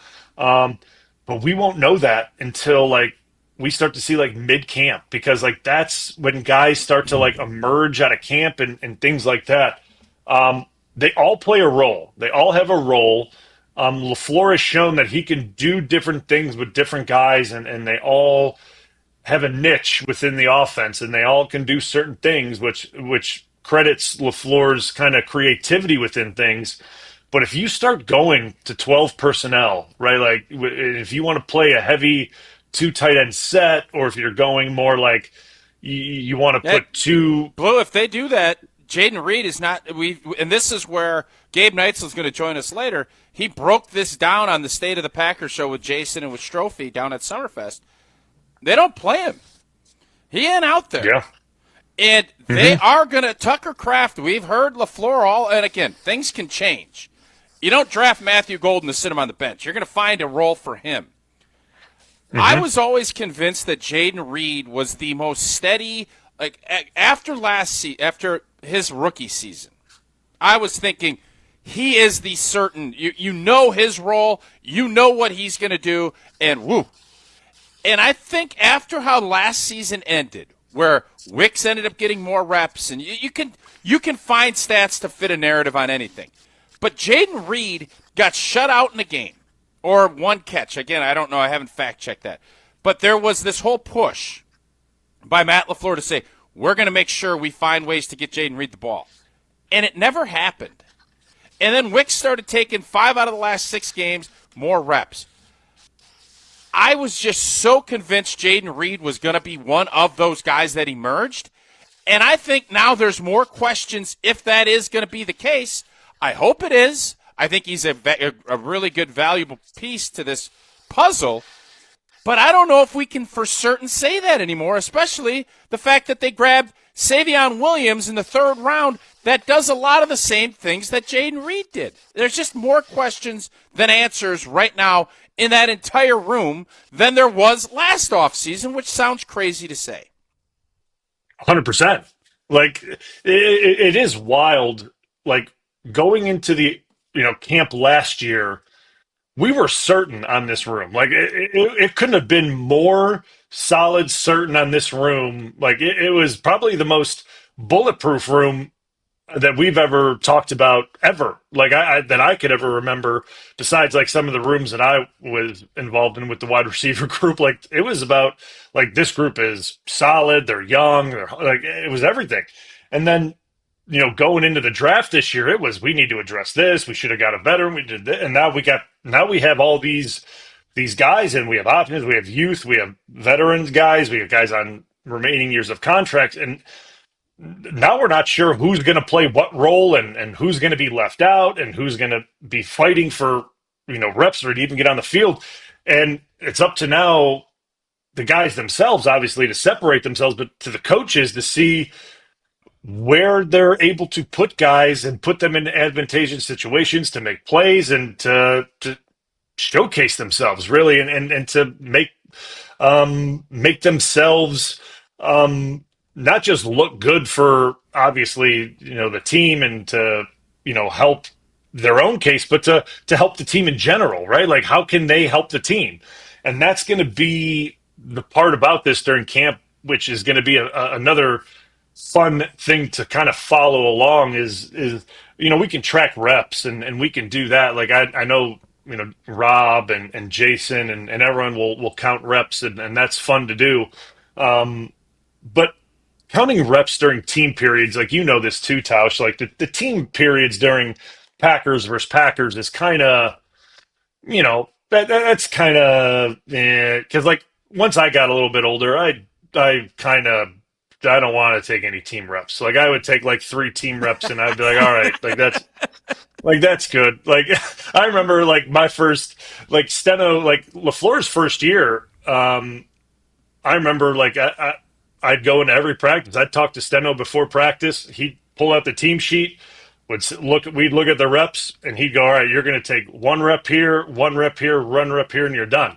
I'm like, oh, so like 3 out of the 7. He goes, yep, that's it. I'm like, okay, sounds good. I'd get 3 reps, and I'd be done for that team period. But then when we got to the joint practices, he'd be like, yeah, you're taking every one. And that's kind of why I continue to say why they value the joint practices so much, because that's where LaFleur and these guys really value those reps. Like that's why I continue to say that, because that's their mindset on those. So the Packer versus Packer reps, yes, you're kicking the rust off, you're installing the offense, you're installing the defense, you're doing all these things, but you're not going to get a good feel for where they're at as a team and where they're feeling guys are at is until these other teams start to come into town, or they're going to these other teams and you're seeing where guys are taking reps and those rep counts, because that's when you're going to start to feel where these coaches are at with their players. Great conversation. Thanks for sticking around for the extra segment today, Bryan, to talk about it with us, especially since you'll get to do more of it on Friday without us here. So Tausch and I are taking Friday off. You're stepping in. We appreciate you doing that on Friday with Jason. We look forward to hearing you on Friday's show, and we'll catch up with you again next week. My pleasure, guys. Have a good one.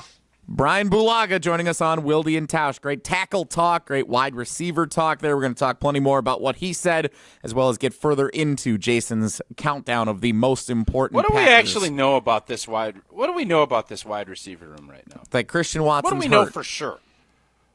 Christian what Watson's is for hurt. certain? They have a lot of them. We'll talk about that answer to that question coming up on the other side of the break. Tausch, first, though, you want to tell us about Hard Rock Casino Rockford. Oh, I do. I love the Hard Rock Casino Rockford. Jesse just went down, checked out Bradshaw, said he was unbelievably funny.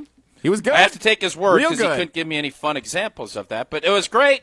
It's great going down there. We have a couple of fun little placements that the Wilde and Tausch program put down at the Sportsbook down in Rockford. They also have 1,300 slot machines, 50 live table games, and a rock shop. The Hard Rock Live entertainment venue, 23,000 square feet of premium concert and event space, features more than 1,000 feet of LED screens to enhance the experience for up to 2,000 guests. Hard Rock Casino Rockford, a premier entertainment destination just off of I-90 in Rockford. Again, just right off the left-hand side of the road, about an hour from the greater Madison area location. Even with Jesse driving, it's still about an hour. And it's that big old purple and gold guitar. Take a look. Pull on in. You're going to have a great time at the Hard Rock Casino Rockford. I was going to add in how the entertainment venue was great, and like our seats were kind of near the back, but because of those LED screens, it's like you're right up in the front row. But I just took a lot of shrapnel during that conversation about Hard Rock Casino Rockford for no real reason. Yeah, Kind of felt like a Jesse Nelson attack. Had a ad. great show. Couldn't say anything good about Bradshaw other than he was great. Well, I asked, even with Jesse again, driving. it's not. When someone is saying how great of a show it is or how funny it is, so well, what was the funniest part? And you're like, oh, I told you what the funniest part. You said he what? played the guitar. No. Nobody can do what Bradshaw does. You said what jokes did he have? He didn't go up there and tell knock jokes. He had funny interactions. What's the deal with peanuts? What's the deal with airline food? What's the deal with the Packers wide receiver room? We'll talk about it next. It's Wilde and Tausch. This is Wilde and Tausch, presented by Pella Windows and Doors of Wisconsin. Call Gina Della from Pella today, 855-PELLA-WI, and online at PellaWI.com/radio. Hey ESPN Milwaukee fans, Bryan Bulaga here for Surfside. Summer is heating up, and there's nothing more refreshing than an ice-cold Surfside iced tea and vodka or Surfside lemonade and vodka to break the heat. Made with real brewed tea and real vodka, Surfside is only 100 calories, 2 grams of sugar, and 0 bubbles. That's right, no carbonation, so it's easy to sip and enjoy no matter what your plans are this weekend. Look for the can with the sunset stripes, sold at bars, restaurants, and stores near you. Must be 21. Please drink responsibly. The UW Credit Union member Mark Tausch here. People ask me, T, why did you join UW Credit Union? Well, is it to keep your banking local? Is it the member first service? Great perks like early payday? Absolutely. But honestly, between us, it's Bucky. I can't say no to that face. If you love Wisconsin like I do, you just can't pay with anything else. Fandom makes us do crazy things, but this just makes sense. Become a UW Credit Union member and get your Bucky card like me. Federally insured by NCUA. Terms and conditions apply. Free Food Friday on ESPN Madison is brought to you by Vintage Brewing Company. Whether you're looking to get carry-out, delivery, or dine-in, Vintage Brewing has lots of great options on their menu. Vintage Brewing Company prides themselves on being a great place to hang out and enjoy classic Midwestern hospitality. Vintage Brewing Company has multiple award-winning beers, so be sure to try one the next time you're in. Head to vintagebrewingcompany.com to make a reservation today. That's vintagebrewingcompany.com.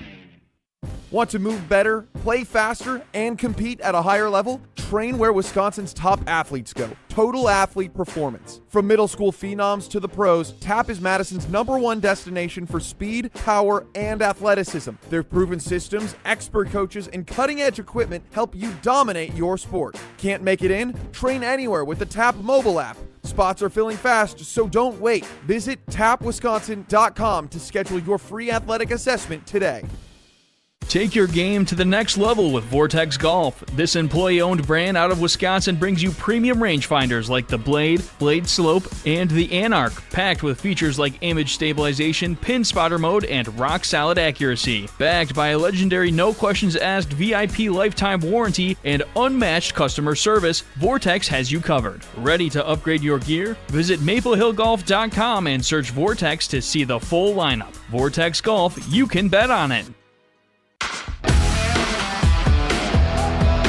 It's always a beautiful experience coming out to the ballpark. Many fans prep in the parking lot amongst our legendary tailgaters. When you're ready for new windows and doors, prep for those at the Pella Experience Center in Brookfield. See, feel, open, close, and compare dozens of window and door options from different Pella lines side by side. And if you order by July 31st, get 0% interest for up to 5 years on Blue Mountain Road, or visit PellaWI.com today. Bringing summer gatherings to the next level is just another thing we do at Celebrations Entertainment. Hi, it's Jeffrey. With rental items like sound equipment, photo booths, and even yard games, you can make your event the party that everyone talks about. Any event like graduation parties, block parties, or even a backyard barbecue can be elevated with fun, interactive items to make everyone ask, hey, how'd you pull this off? Just tell them celebrationsentertainment.com. That's celebrationsentertainment.com. Your Honda gets you everywhere. When it needs service, you need Zimbrick Honda service. Their customer service is second to none, and you can experience it for yourself at 2 convenient Madison service locations on Fish Hatchery Road and Grand Canyon Drive. From simple maintenance to expert repairs, Honda certified technicians handle it all. Stop in for an express oil change at Fish Hatchery Road on Saturdays. No appointment necessary. Part of the Madison community since 1973. Shop local. Shop Zimbrick Honda. We're on the Bucks. Putting $20 million of dead cap on your books for the next 5 years is bad business. Because we're on Wisconsin sports. It's way worse to lose Giannis. That's horrible business. 100.5 ESPN, Madison's home of the Bucks.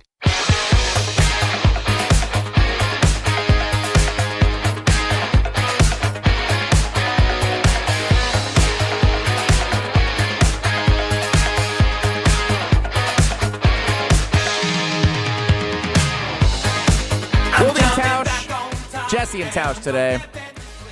Jason will be back tomorrow. We'll all be together at Pella Windows and Doors, Wisconsin and Brookfield. Come on out, say hi. We're there 9 to noon. The entire event tomorrow goes from 7 until 6. The Pella Windows and Doors of Wisconsin Brookfield Experience Center. Come on, check us out. Special thanks to Bryan Bulaga for sticking around and talking with us for a little bit extra time today. He was fantastic. The state of the wide receiver room, Tausch, is very interesting. As we discussed thoroughly yesterday about Dontavian Wicks and Jaden Reed when they appeared at number 13 in Jason's countdown of the 20 most important Packers of 2025. Now we get Christian Watson and Romeo Doubs checking in on the number 12 line. Christian Watson returning from injury. Romeo Doubs, Jason writes about this at channel3000.com. He appeared like he would be the guy that was in line for an extension at the end of last season going into this year until that random going AWOL situation in early October that ended up kind of making everybody second guess how invested he is and what his future looks like there. If he can overcome that. Do you think he, well, you tell me, you're a player, like in the locker room or with your coaches. No, I don't think he can. You can't, once you do that, there's no coming back. That's what I think, yeah. I think it's going to be really tough. Now, if he goes out and has a great, we all make mistakes in life. And then it comes back to how do you respond to it? It feels like he has responded about as well as you could. But it's a unique situation in the fact that I've never seen this happen. Never has happened. I can't think of another Green Bay Packer player that this has ever happened to. And when it comes down to a locker room and a team, trust is your most important tenet. I have to trust that my right guard is going to step the right way. I have to trust that my tight end will do this. I have to trust that the center is going to snap the football at the right time. The quarterback has to trust that you're going to be going to the guy you say you're going to be going to. They have to trust that the wide receiver will run the depth of the route where it's supposed to be because the ball has to come out, and if it's not, it's going to be intercepted. All of those things. But the main thing is just showing up. I have to trust that my guy's going to do everything in his power to be the best player on this team because we're all working towards that goal. And when that trust is breached, it is really difficult to get back. And I'm not saying it can't. I'm not saying that there's no way that Romeo Doubs, but I'm telling you right now, any contract offer that gets put on his table, if it ever does, is going to be with that backdrop in mind. That you can bet your bottom dollar on. So I get it. I think the Romeo Doubs piece to this is really interesting. I think he is a really good player. I think he is going to be one of the receivers that has the opportunity to have a big season because I think he is going to be out on the field a bunch. But outside of that, there is just so many question marks. And if you're, I was just thinking as you were talking, if I had to put a futures wager at the Hard Rock Casino Rockford on a receiver to make a Pro Bowl from this group, the answer would be Matthew Golden. And I haven't even seen him play. But that would be my answer. I agree. And that's probably not the place we want to be at this juncture with these receivers entering third year, fourth year. That is kind of crazy to think about. That's where we're at with this receiving group. We're going to talk more. I want to get to your question. What do we know about this receiver group? And I think the first things that I think of with these receivers are not necessarily positive things, and that's not a good sign either. We'll talk about that coming up next. We are dreaming fearlessly, whether it's for Matthew Golden reaching a Pro Bowl or for the potential still for some of the wide receivers in this Friends cast. We are dreaming fearlessly like American Family Insurance that they're going to have great seasons. Indeed, a proud partner of Wilde and Tausch, and for almost 100 years they have been committed to making life better with the right home and auto protection. Also, you're free to enjoy your dreams. Insure carefully and dream fearlessly with American Family Insurance. Get a quote or find an agent at amfam.com. The Receiver Hour continues. Coming up next, more Wilde and Tausch. Straight ahead, stick around. This is Wilde and Tausch, driven by Zimbrick Chevrolet in Sun Prairie on 100.5 ESPN. See their full inventory at ZimbrickChevrolet.com.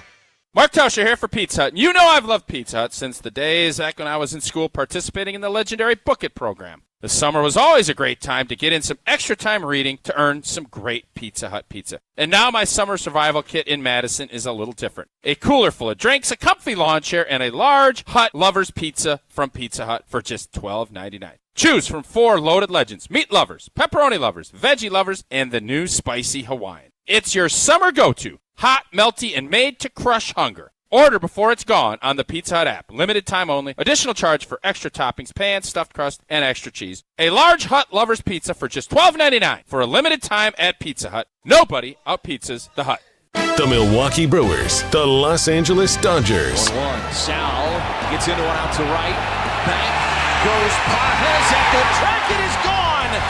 It carried out of here. Today on 100.5 ESPN. Hey, Drew and Jonathan Scott here. Build a customized renter's policy with American Family Insurance so you can protect your tandem bike on the go. Thief! Oh, he is struggling with that two-seater. Life's better when you're under American Family's roof. Insure carefully, dream fearlessly. Get a quote and find an agent at amfam.com. Some exclusions may apply. Products not available in every state. American Family Mutual Insurance Company, SI and its operating companies. 6000 American Parkway, Madison, Wisconsin. When you're in the right place at the right time, things get done. The important things, like knowing what you need and how it all works. Talking truck. Fixing it right the first time. At Zimbrick Chevrolet, our people get it done right and now. That's how you know you're in the right place at the right time. And you'll never overpay at Zimbrick Chevrolet. Siding Unlimited is Wisconsin's leader in Pella window installation. In fact, we are Wisconsin's only Pella Platinum Premier Certified contractor, and we've won Pella's prestigious National Contractor of the Year award 5 times. It's easy to get started. The process starts with homeowners meeting us at Siding Unlimited's amazing showroom on 2018 South Stoughton Road in Madison. Trust me, our showroom is a must-see. Looking for new windows, siding, roofing, and doors? Visit us at sidingunlimited.com or stop by our beautiful showroom in Madison. Listen to Madison Money Guy every Saturday morning at 7 a.m. on 100.5 ESPN and ESPNWisconsin.com. I like to refer to inflation as the silent killer. It's an invisible risk. It's just the idea that things get more expensive over time. You're going to need milk and eggs when you're in your early 60s and when you're in your early 80s. You're going to get a loaf of bread, and it's going to be more expensive 20 years from now. Christian Finfrock is the Madison Money Guy.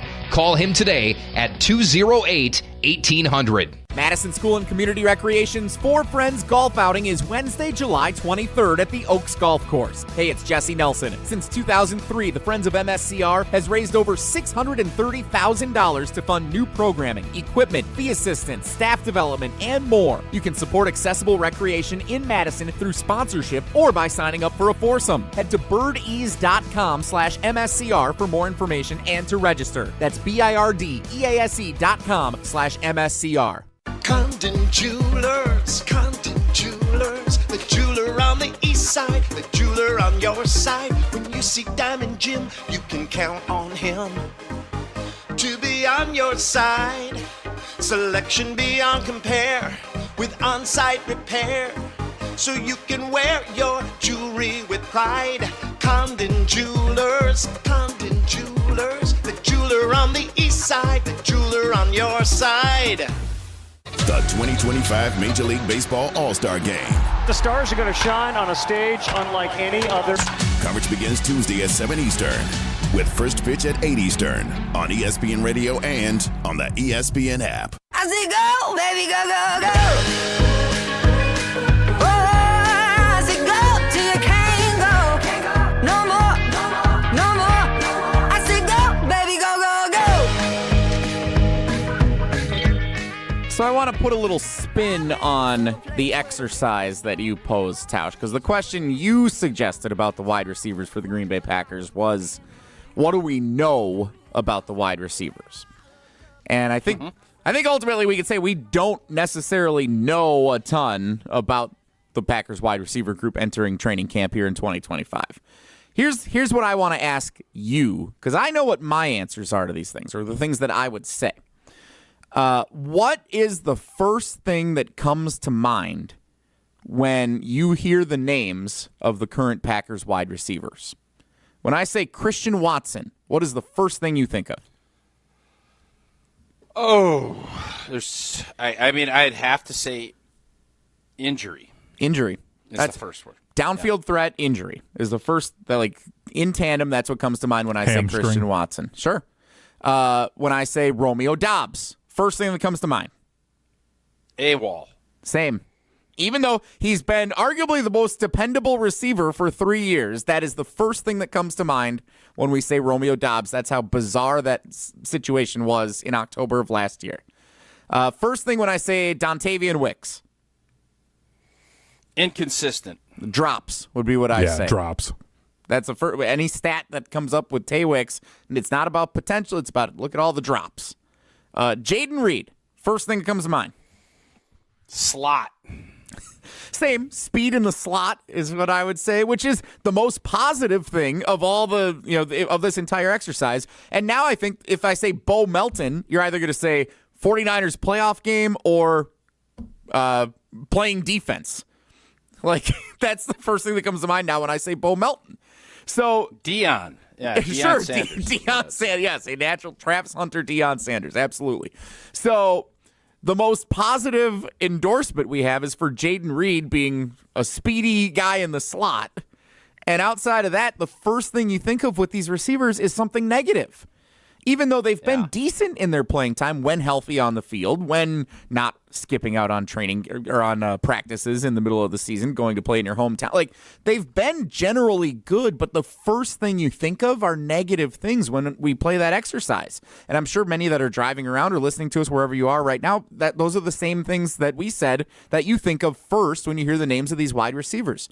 That's bad news to me. That's a bad sign because when you say other names of good, great wide receivers around the league, a true number one, like Devontae Adams, first thing you think of isn't something bad. You think of something really good that he did. When you say a bunch of other names of talented wide receivers around the league, you think of good things first, not negative like we just did in that exercise. I don't know how many Packer players we would just go positive when we said it, though. Josh Jacobs? If you want to do this, Josh Jacobs, dog. Yeah, I would say physical. I would say something positive there. McKinney for sure. I think when you look at Xavier McKinney, I would for certainly say something positive.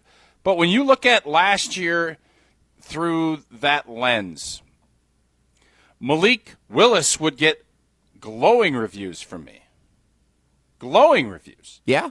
I don't know how many other guys I would give glowing reviews to. Evan Williams would get a glowing review. We act like it was not a bad, it was just, I think we expected, and the team kind of did the bare minimum of what we expected last year. That's kind of how I look at it. And when you have that, there isn't, you make the playoffs and you don't advance. That was the bare minimum.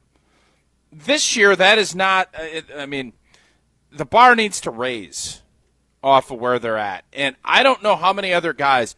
Edgerrin Cooper, you could say, was inconsistent to start, but I would say flashes of greatness. Yeah, for sure. Flashes of possibilities.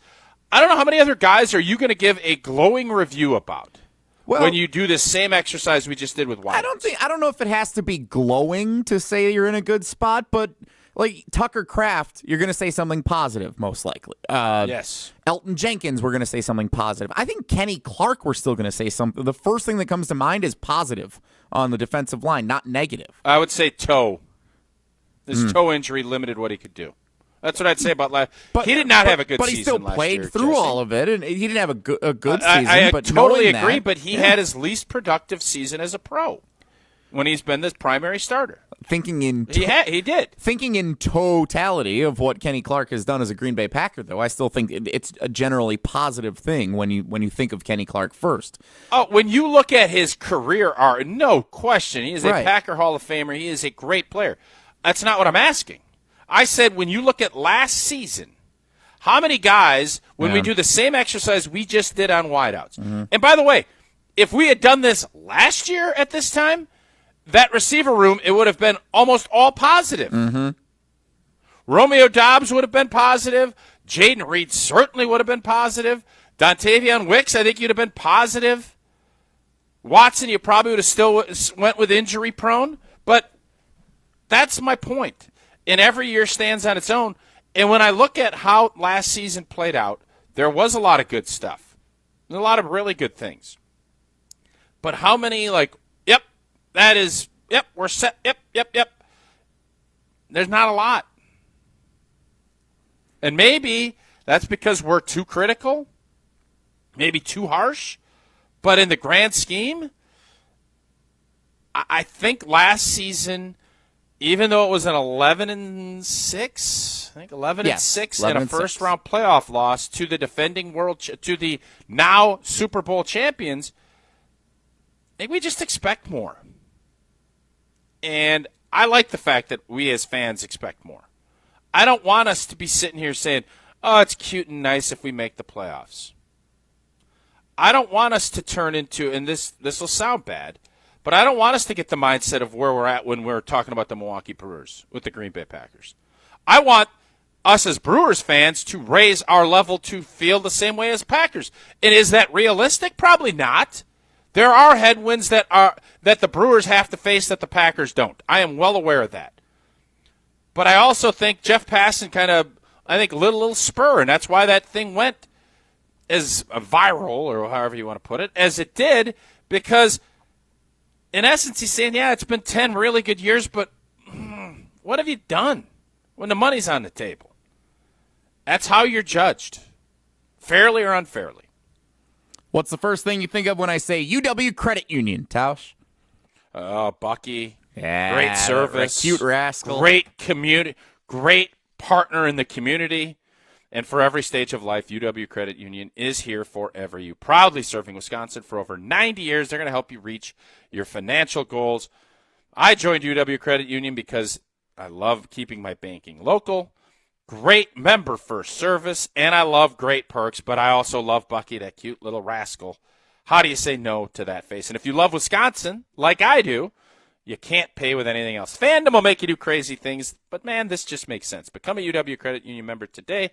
Get your Bucky card like I did. Federally insured by NCUA. Terms and conditions do apply.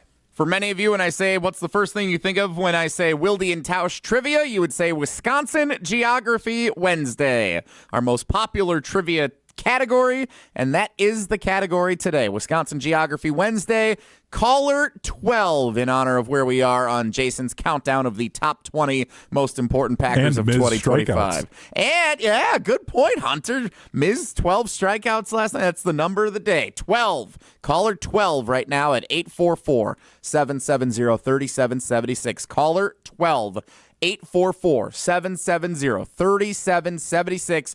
Wisconsin Geography Wednesday on Wilde and Tausch Trivia, presented by Vortex Golf. That's next on Wilde and Tausch. Wilde and Tausch on 100.5 ESPN is brought to you by Everlight Solar. Save money, save the planet. Everlight Solar.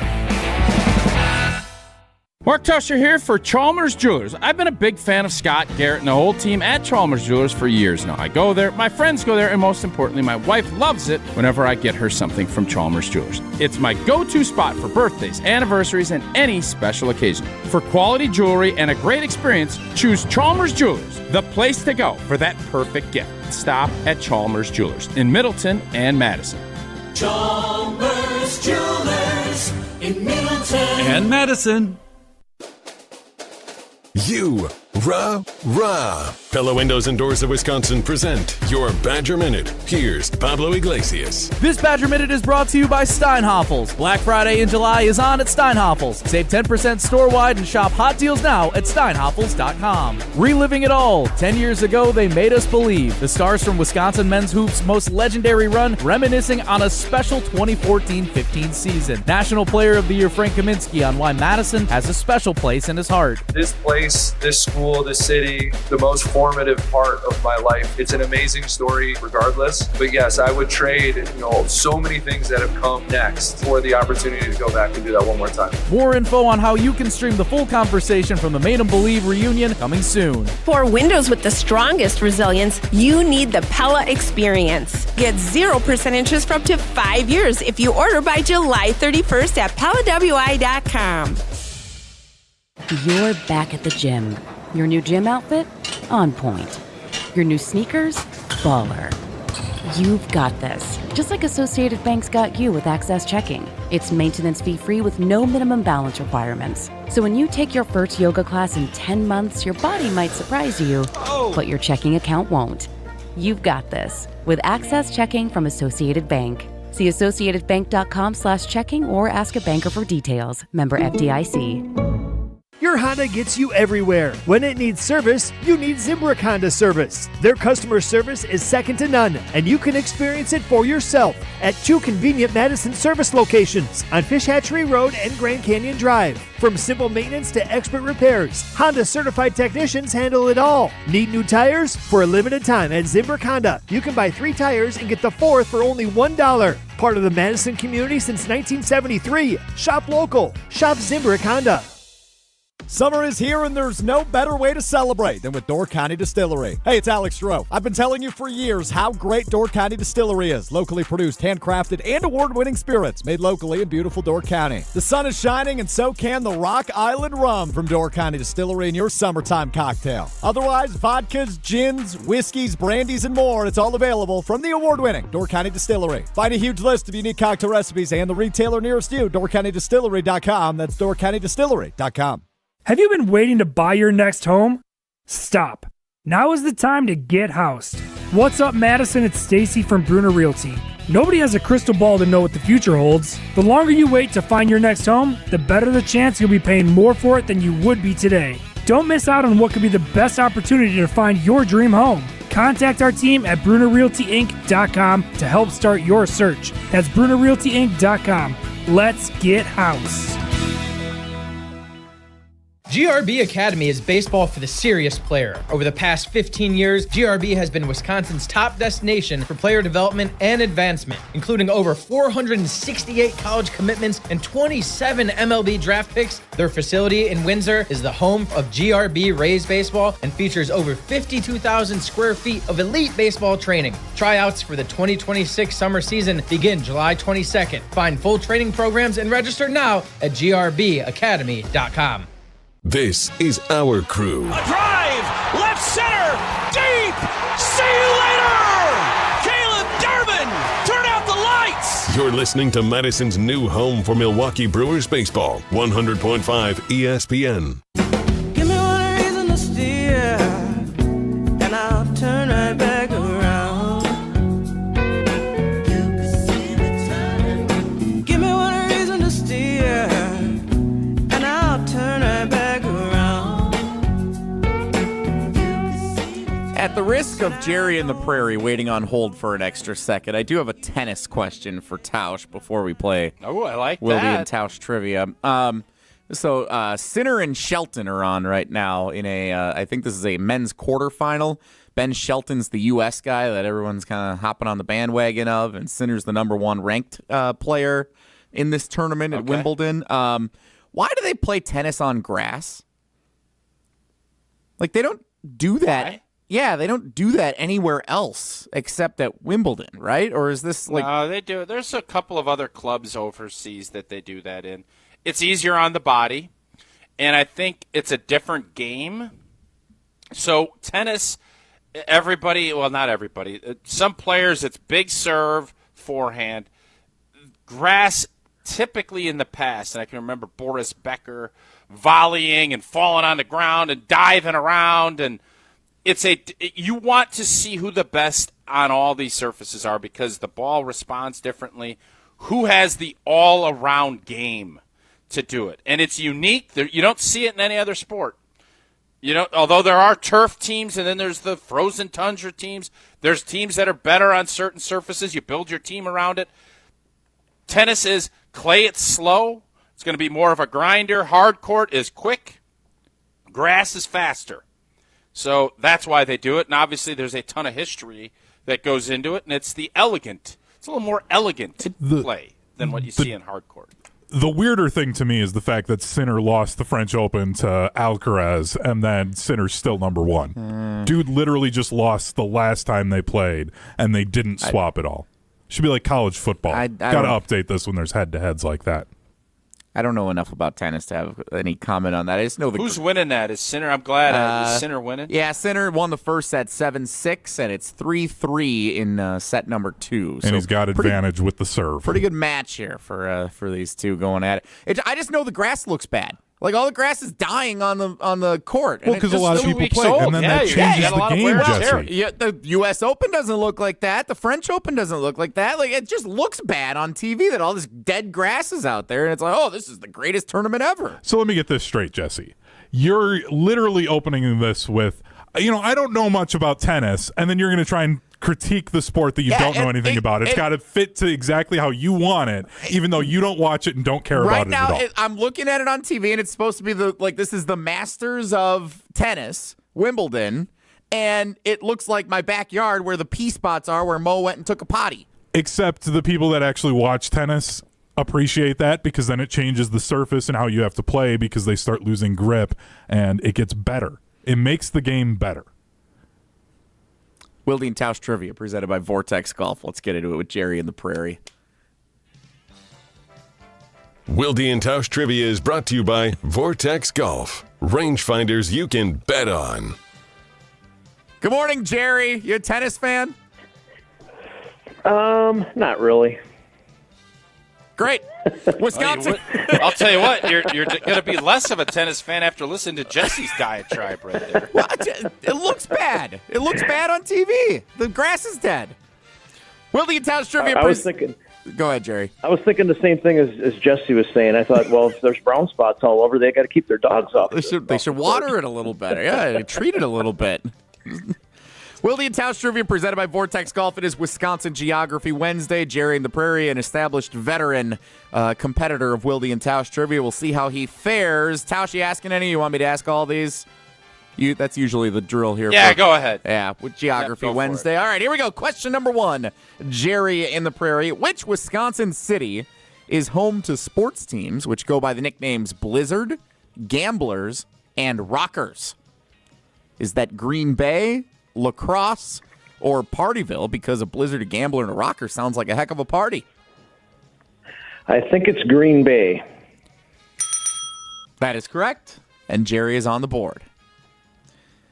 Remember, Monday's trivia was very easy, and Tuesday's trivia was very difficult, so we're hoping that we found the Baby Bear just right trivia, easy, medium, and hard here today. Let's try with question number 2. Longitudinally, which of these Wisconsin cities is located farthest west? Farthest west, Jerry. Is it Osseo, Oconto Falls, or Oxford? Oh, boy. I'm going to say, I think it's Osseo. Isn't that way over up by the... He thinks it's Osseo. You going to lock that in? Final answer, Jerry? Yep. Locking in. Tausch? Yeah, it's Osseo. You are correct.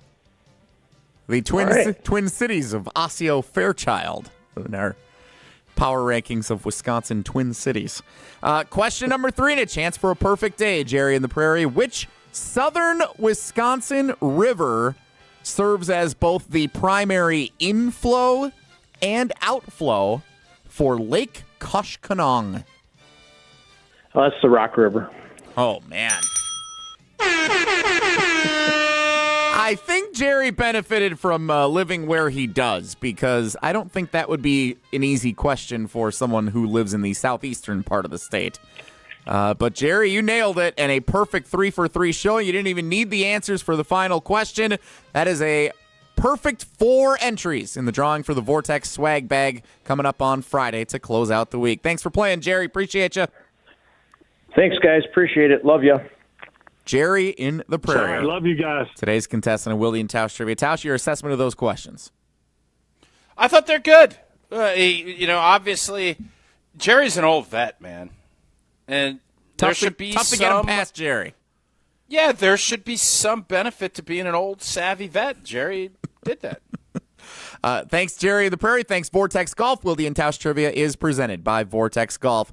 Gabe Nitel scheduled to appear in the 11 o'clock hour of today's show, weighing in on The Miz and, of course, his commentary on Jaden Reed and the state of the Packers from the show at Summerfest with Jason Wilde and Alex Strofe over last weekend. Gabe Nitel scheduled to appear. We got a check of how our poll question is doing. The Miz or any Packers player? Who do you want an autograph from? We'll dive into that coming up in 2 minutes to start the 11 o'clock hour. Don't go anywhere. It's Wilde and Tausch.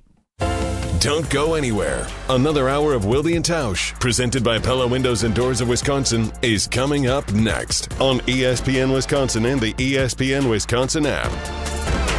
What's in your summer survival kit? Mark Tauscher here, and I'll tell you what should be. A cooler full of drinks, a comfy lawn chair, and for just $12.99, a large Hut Lovers pizza from Pizza Hut. For a limited time, choose from 4 loaded legends, meat lovers, pepperoni lovers, veggie lovers, and the spicy Hawaiian for just $12.99. Hot, melty, and made to crush hunger. A perfect summer go-to order. Order up before it's gone on the Pizza Hut app. And remember, nobody out-pizzas the Hut. Additional charge for extra toppings, pan, stuffed crust, and extra cheese.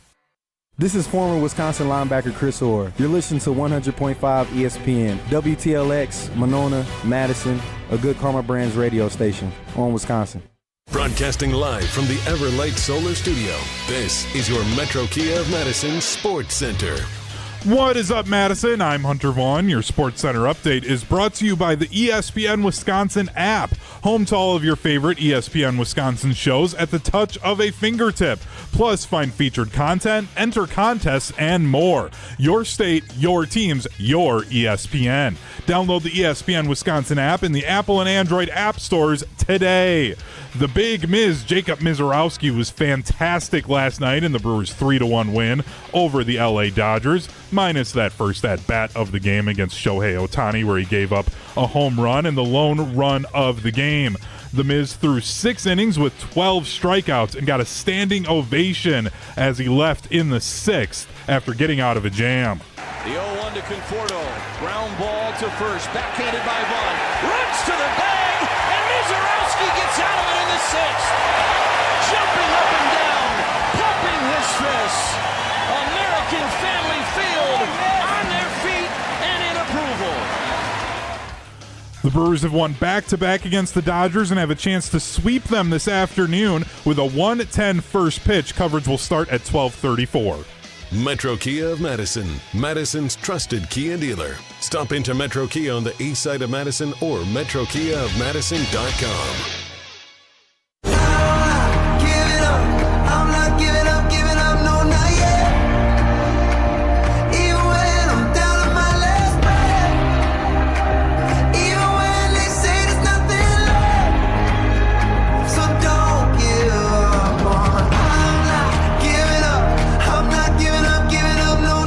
The 11 o'clock hour of Wilde and Tausch, which will feature a visit from Gabe Nitel of Jen, Gabe, and Chewy on ESPN Milwaukee, scheduled to appear coming up in our next segment. Jesse and Tausch today, Jason on assignment. He is back tomorrow when our band is back together at Pella Windows and Doors of Wisconsin's Brookfield location. Stop on out all day long, but especially between 9 and noon when we're there. Say hi and take advantage of everything that Pella has going on tomorrow.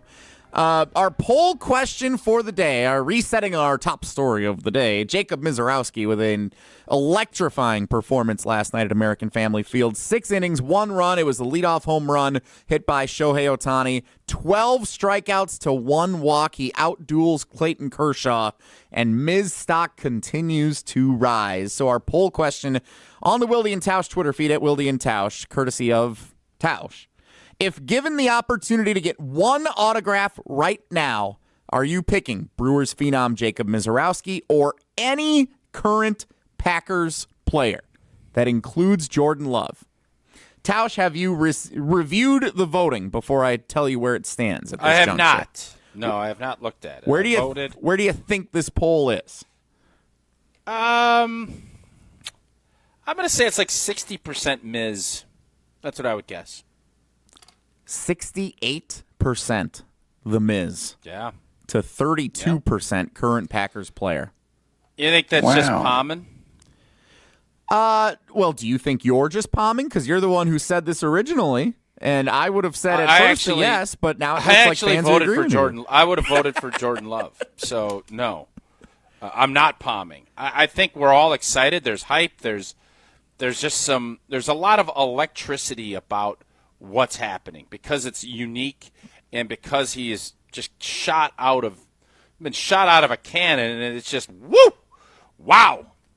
It's exciting to watch, but there are we still want to, as Passon said on Monday, hey man, this was his 5th start.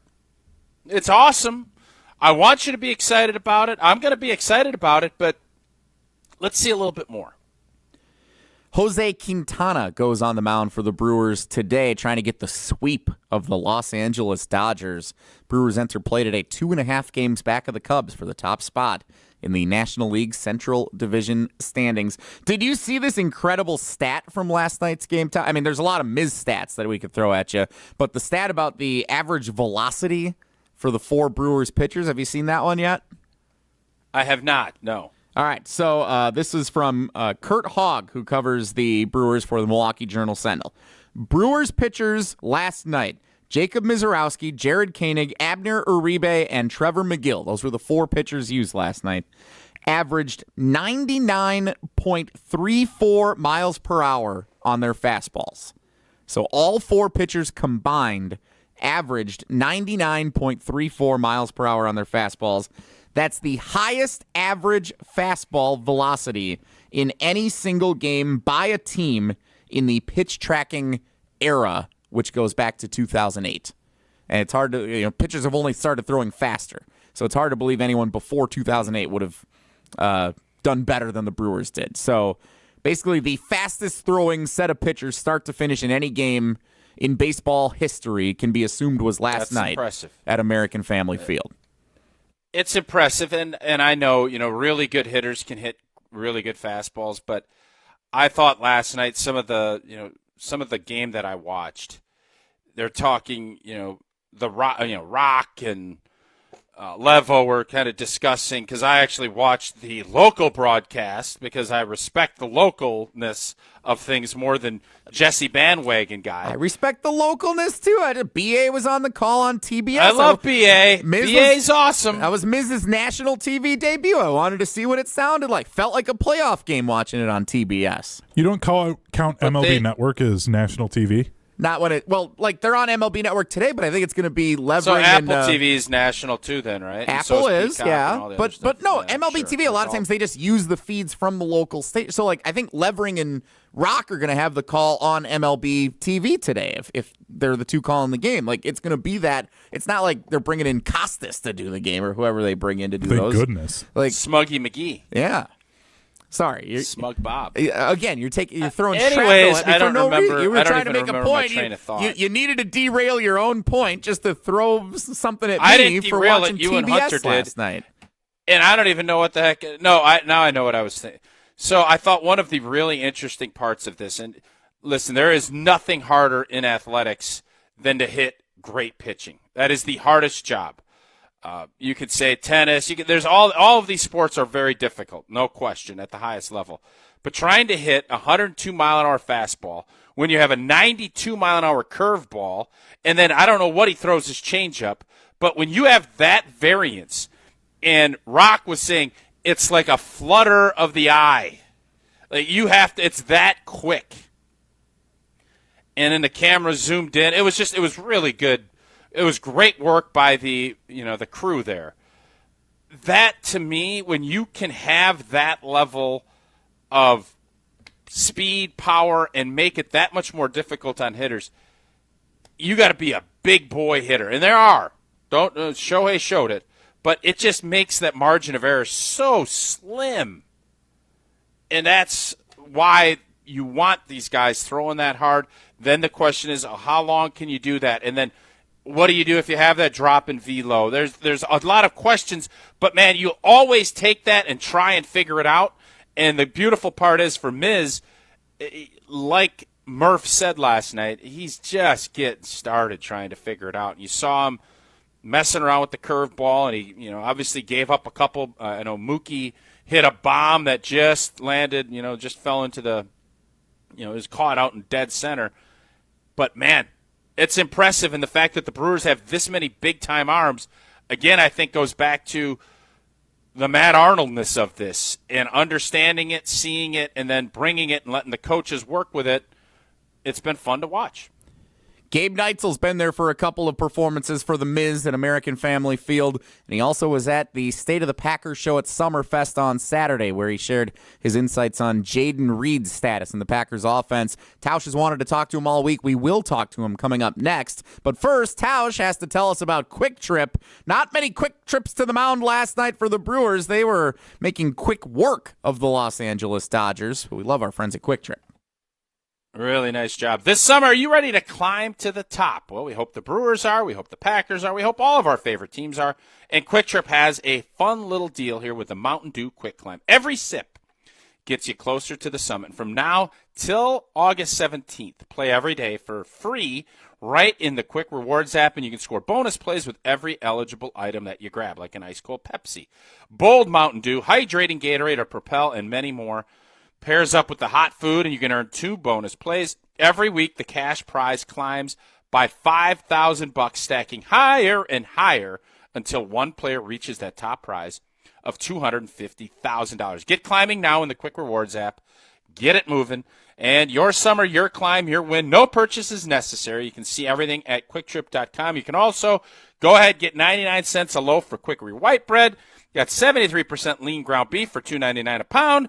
Shredded hash browns, $1.09. All of the great stuff that Quick Trip has to offer, and they always have great deals. Don't forget to download the Quick Rewards app to take advantage of everything that Quick Trip has to offer. Quick Trip, we'll see you next time. Gabe Nitel of Jen, Gabe, and Chewy on ESPN Milwaukee joins us next. It's Wilde and Tausch. This is Wilde and Tausch, presented by Pella Windows and Doors of Wisconsin. Call Gina Della from Pella today, 855-PELLA-WI, and online at PellaWI.com/radio. Mark Tauscher here for Zimbrick Chevrolet in Sun Prairie, the name you can trust. Summer road trips are great. Troubles with your vehicle on those road trips?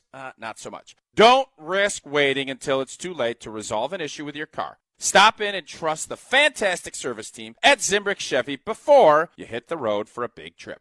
Zimbrick's service team takes great care of my vehicle anytime I need to bring it in for serious issues or just for routine maintenance. There is a reason Zimbrick Chevrolet is consistently recognized as a best of Madison operation. Get a tune-up, check the battery, check your tires, change the oil, make sure all the inner workings of your vehicle are in tip-top shape so you don't get stranded on the side of the road. Call or click to schedule a service appointment and learn more at ZimbrickChevrolet.com. That's ZimbrickChevrolet.com. Zimbrick Chevrolet in Sun Prairie, the name you can trust. Attention business owners and executives. Looking for a bank that's invested in your community as you are? Look no further than Starion Bank.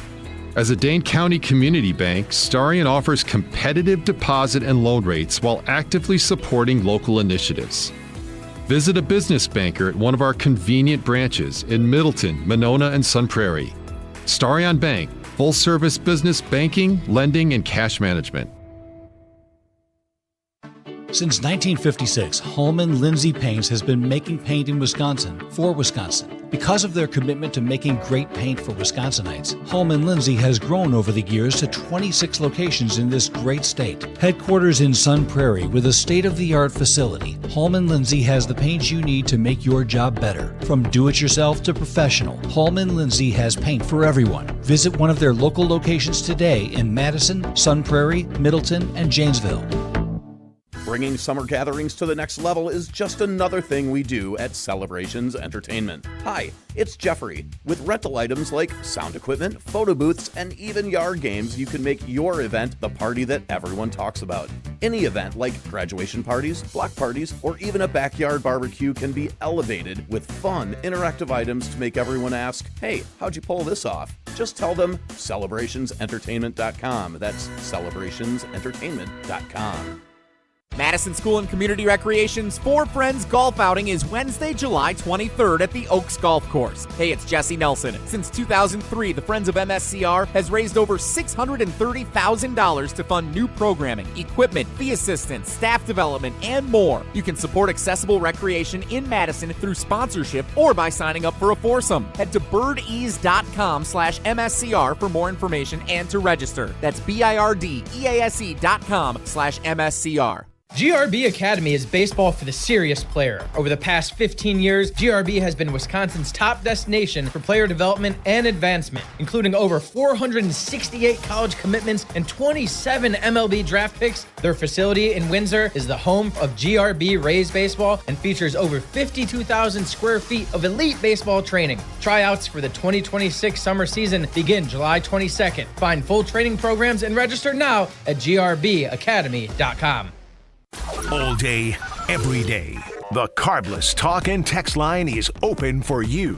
844-770-3776. The Carbless Talk and Text line. This is more. We ask and you answer. Tune in to Jim, Matt, and Molly every weekday 4 to 6 and follow at Jim, Matt, Molly on X to vote in daily poll questions presented by Siding Unlimited, your local window installation pros. Join the Madison Money Guy, Christian Finfrock, for Retirement Income Strategies, Saturday and Sunday mornings at 7. Get the information you need as you plan for retirement. That's Retirement Income Strategies, Saturday and Sunday mornings at 7. Investment advisory services offer the Retirement Income Strategies, an SEC-registered investment advisor. Wilde and Tausch on 100.5 ESPN is brought to you by Everlight Solar. Save money, save the planet. Everlight Solar.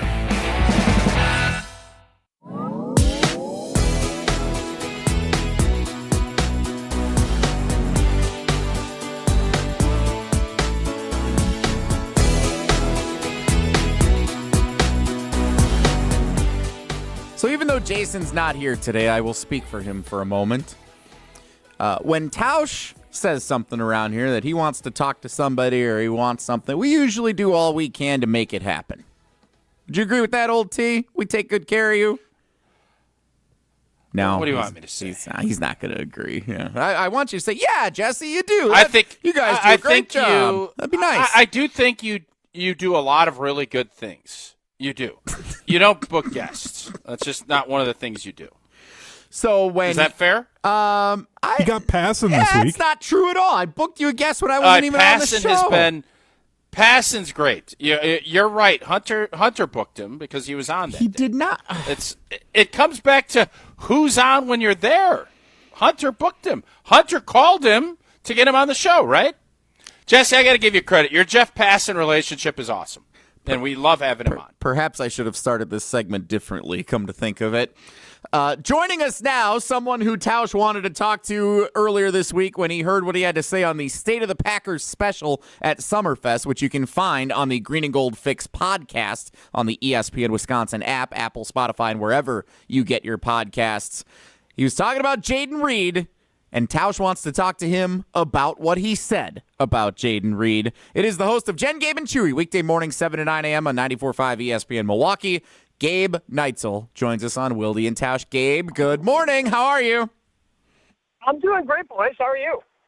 I was better until I got slammed in that intro into the segment here from Tausch, so we got that going for you. Nah, it was a slam. I don't know if he slammed you. I mean, I think you kind of walked in and set that one up for yourself, Jesse. I think you got no one to blame but yourself on this one. You too? Really? And I compliment him. It's the Jason Wilde. You slam and then compliment and then try to get info from that person. Gabe, you've been posting your videos on The Miz.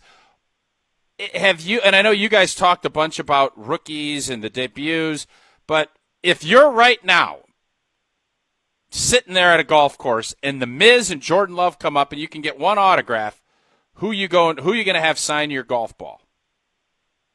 I think I'm going with The Miz. I think, and again, if we're talking about value, I don't know. I mean, Jordan Love obviously has done some things, but I don't think there's ever been this much excitement for Jordan Love, has there? Like, there's been some anticipation. There's, hey, I hope this guy ends up to be pretty good. Hey, I think this guy's pretty good. Whereas Miz is doing things, and Jordan Love has been good.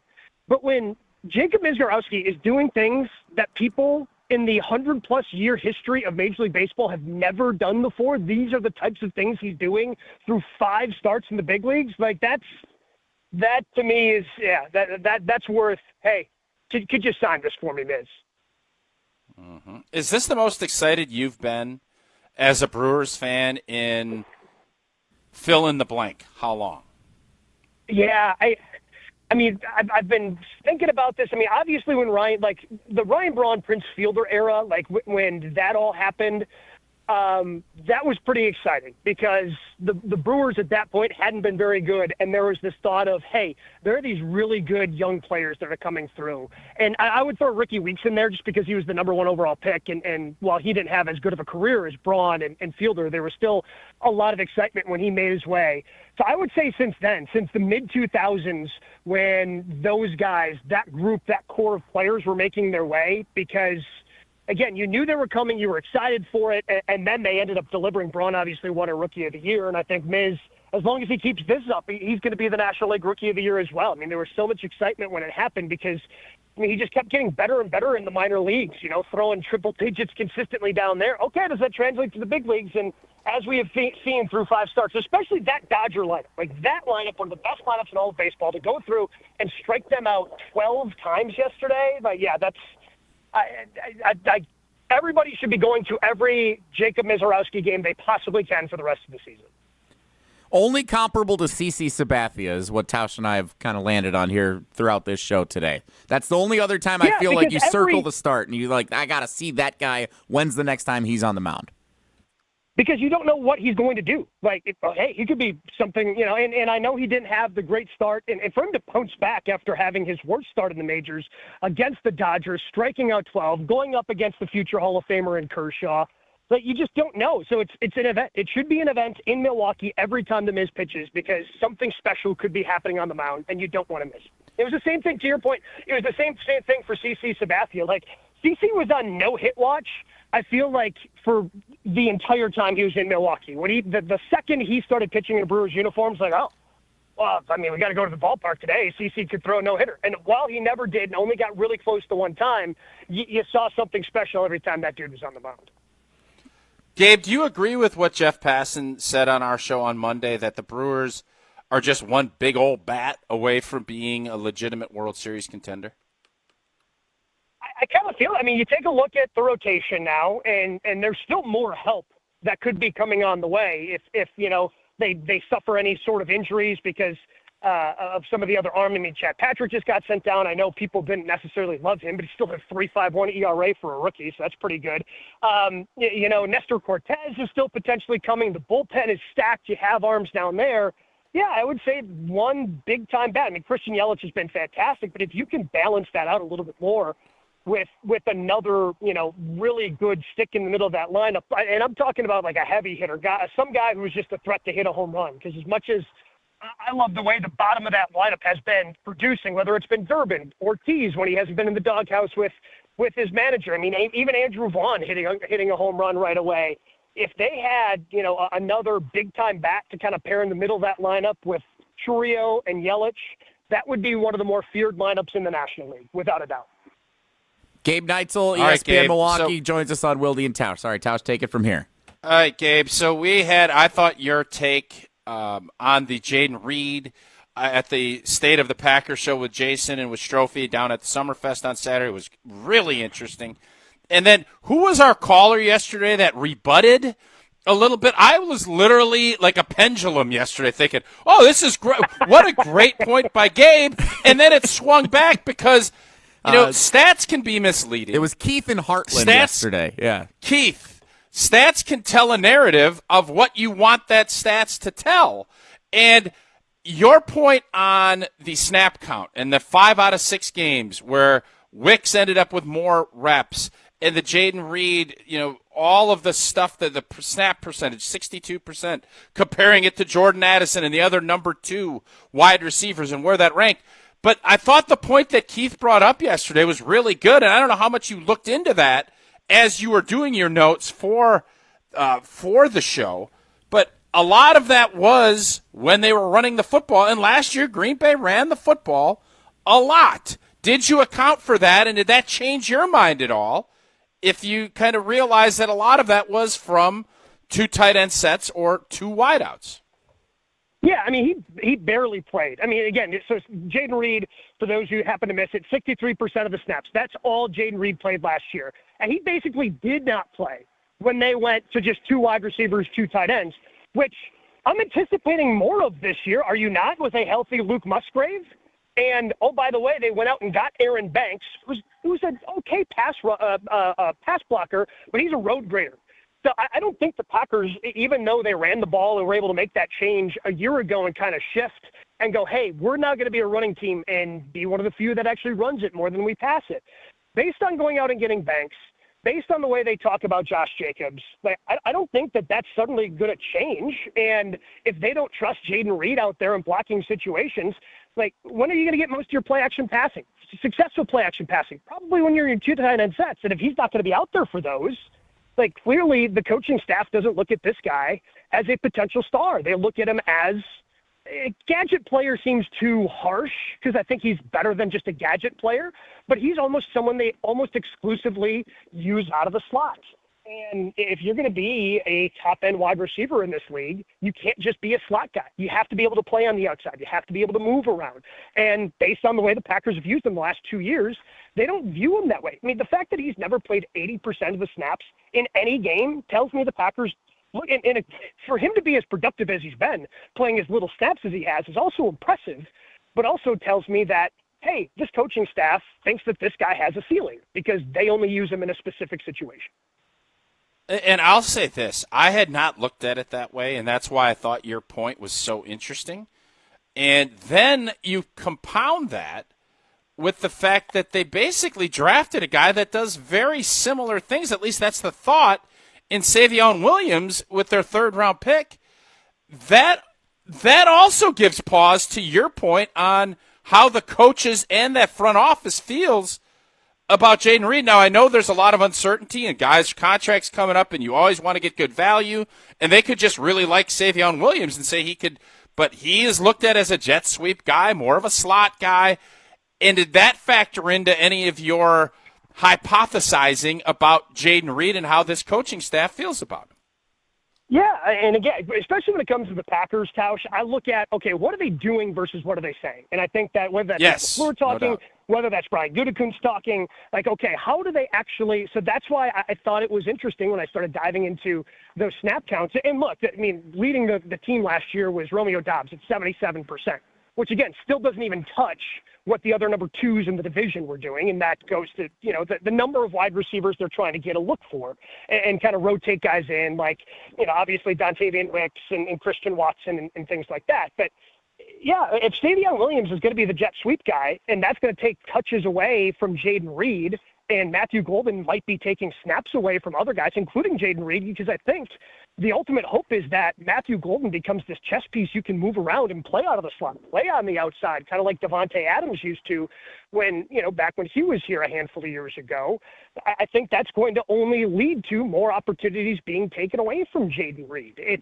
He hasn't stepped up and shown, hey, I can be this outside guy. I can beat press man coverage. Those are the things that teams have done to really slow him down. And again, through 2 years, I just don't see what he is going to be able to do, especially now with the wide receiver room being more crowded, to separate himself if he's only being used in very specific situations. He's been good in those specific situations, but if the Packers run more two tight end sets, my guess is we're going to see a less productive year this year from Jaden Reed than we did last year. Talking to Gabe Nitel, Jen, Gabe, and Chewy on ESPN Milwaukee. Also hosted the State of the Packers show on Saturday at Summerfest with Jason Wilde and Alex Strofe, which you can find the full podcast of on the ESPN Wisconsin app and the Green and Gold Fix podcast feed. Gabe, Tausch and I did this little exercise in the 10 o'clock hour of our show today where we did a little like word association. First thing you think of when you say all the different Packers wide receivers. If I just say, who do you think of most favorably in the Packers wide receiver room right now? Who do you have the most positive vibes about when you think of just on the surface, gut instinct? Who do you feel good about right now? This might be the cop-out answer, but Matthew Golden. And a lot of that is because we haven't seen him, so we don't know what the warts are. But we've seen at least 2 years of everybody else, and we kind of know where the shortcomings are, right? Like, oh, Dontavian Wicks, he can get open. Turns out catching the ball is kind of an important part of that position. So he needs to continue to work on that. Jaden Reed, I think of, he struggled against the man coverage. Romeo Doubs, well, he's good at catching in a crowd because he's always in a crowd, and Christian Watson right now is hurt. So I think the excitement and because of the physical tools that Golden possesses, the speed. He's got the agility. They trusted him on kick and punt returns, so you know he's got good moves in space. All of that is what you're looking for that true number one wide receiver. And I know Matt LaFleur, I barf at that, or whatever he said, when it came to having a number one wide receiver. But the fact of the matter is most effective offenses in this league have a guy that they're relying on play in and play out to be out there on the field. And for me, that's why I'm excited about Matthew Golden, because I think he can be that guy. I think everybody else, at least through their first minimum 2 years in the league, have shown enough holes of why they can't be a number one receiver, and maybe they're better suited being a 2 or a 3. And last one for you, Gabe. What stood out most to you from hosting the State of the Packers show with Jason and Strofe on Saturday? Of all the let's say besides wide receiver, since that's been the heavy chunk of our conversation here. Besides wide receiver, just wait. Are you going to ask Gabe for an example? Because, man, Wilde was so mad at me when I asked Gabe. He said Gabe was awesome. Gabe was so insightful. And I said, oh, that's great. Give me an example. And he goes, what do you mean, give me an example? There were so many what do you mean, what do I mean? There was so much. It's not that hard. So I don't want to put our guests in a tough spot where you ask for an example of anything. So, Gabe, is there any observation? Yes. Or if you don't have any, that's okay, too. It's not what was Jason so good at on Saturday. It's what stood out most to you from the show is how I presented that. Yeah. I think I feel better about the Packers cornerback situation than most other people, including Wilde and Strofe, because I know there's been some hand-wringing about, the whole Jair Alexander thing. And look, if I had my way, Jair Alexander would have been on this team. But clearly Gutekunst and LaFleur were done and they wanted to move on. But that was obviously the plan all along. And when you take a look at their top 3 cornerbacks, I think it's upgraded from where they were at the end of last season when Jair was out, because I think Nate Hobbs, based on the contract he got, is better than Eric Stokes, based on the contract that Eric Stokes eventually signed. So I at the end of the year last year, I didn't look at the cornerbacks as a problem. Could they have been a little bit better? Yeah, but I don't recall just going, oh, man, lost that game because of the corners. That's such a big issue right now for this team. I'm sure a lot of people like to have a little bit more depth, because after you get past those top 3, there are a lot of question marks.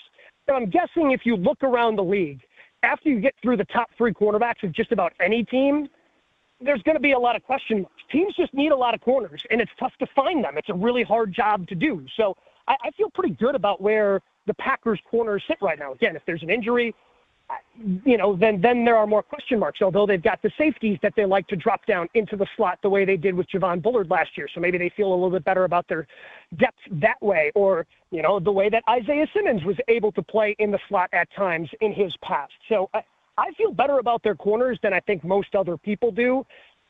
But based on the schedule, based on the division, well, I guess we'll find out if I'm wrong in my confidence in that position.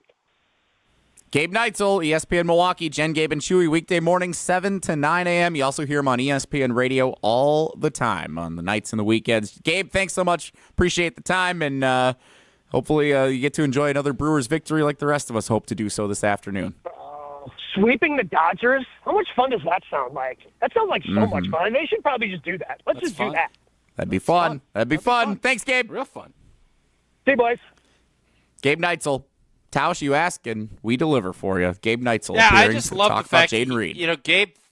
Gabe thinks through his points, and obviously brought some really interesting thoughts in how you view things. I had never viewed Jaden Reed as I have always looked at him as dependable, somebody that coaches really appreciate, and I still think they do, but it always does come back to what you do, not what you say.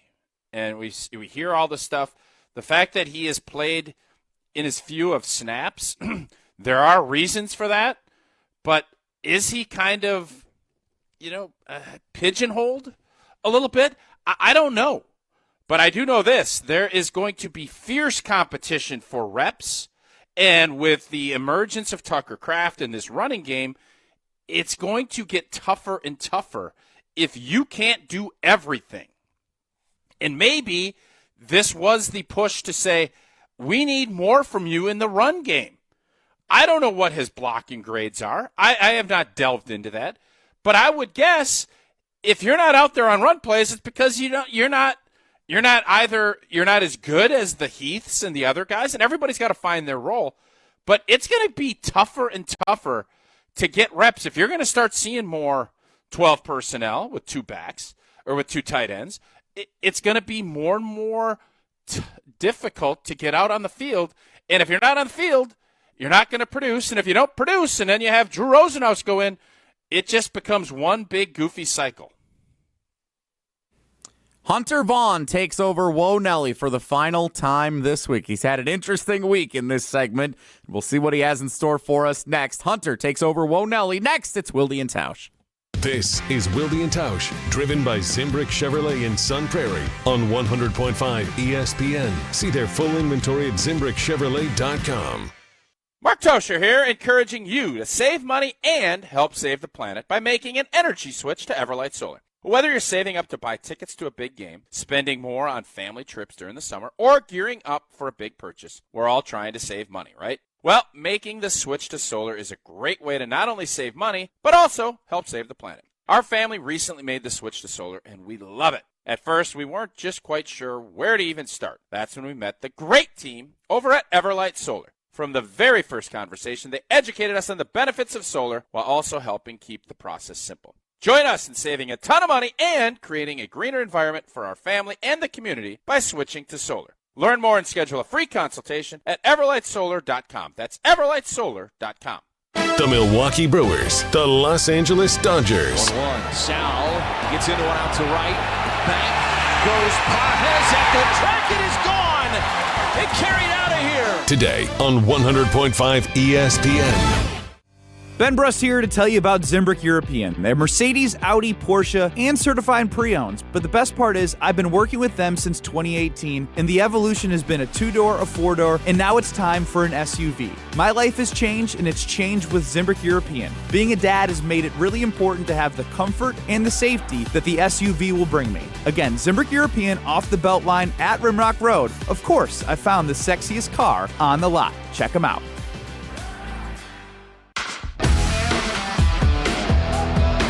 It's always a beautiful experience coming out to the ballpark. Many fans prep in the parking lot amongst our legendary tailgaters.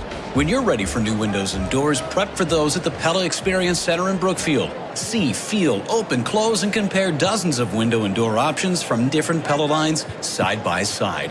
And if you order by July 31st, get 0% interest for up to 5 years on Blue Mountain Road, or visit PellaWI.com today. Gear up for Quick Trip's Mountain Dew Quick Climb. Now through August 17th. Play free daily in the Quick Rewards app and earn bonus plays with every eligible purchase. Grab one with hot food. That's 2 bonus plays. Each week, the cash prize climbs by $5,000, all the way to a $250,000 grand prize. So open the app and get climbing. Your summer, your climb, your win. No purchase necessary. Open to U.S. residents residing in Illinois, Iowa, Minnesota, Michigan, South Dakota, North Dakota, or Wisconsin. Ends August 17th. Bonus plays require qualifying purchase. See full rules at quicktrip.com/sweepstakes. I'm John Hayes, owner of Goodman's Jewelers. We've been at the heart of many magical moments, from engagements to weddings to sweet 16s. It warms my heart to be a part of these moments for 40 years with people I consider family. With the highest standards and an eye for classic beauty, enjoy a warm boutique setting at Goodman's Jewelers, where integrity shines in every gem. At 220 State Street, Goodman's Jewelers, the Diamond Store in Madison, since 1933. The best is at Goodman's. The ESPN Madison Open, presented by Coors Light, is back. On Monday, August 4th, the ESPN Madison crew is packing up our bags and teeing off at TPC, Wisconsin for a day on the links. This year's Open is benefiting Mentoring Positives, a nonprofit based right here in Madison, dedicated to uplifting youth and families through mentoring, athletics, and youth entrepreneurship. The ESPN Madison Open, also brought to you by Carbless, Zimbrick Honda, Siding Unlimited, Ho-Chunk Gaming Madison, Clear Vision Pro Wash, and Vortex Optics. When it comes to security for your home and family, you want a winner, and we found one when we placed our trust with J&K Security Solutions. This is Greg Gard. Kim and Jeff hit the game-winning shot for us with the Control 4 home technology system. Home or away, from our smartphones, we can open the garage door, dim the lights, turn on the TV, as well as arm the security system. That's convenience as well as peace of mind. Let J&K Security Solutions do for your home or business like they've done for us. Call 255-5799 or online at jksecurity.com. The 2025 Major League Baseball All-Star Game. The Stars are going to shine on a stage unlike any other. Coverage begins Tuesday at 7 Eastern with first pitch at 8 Eastern on ESPN Radio and on the ESPN app.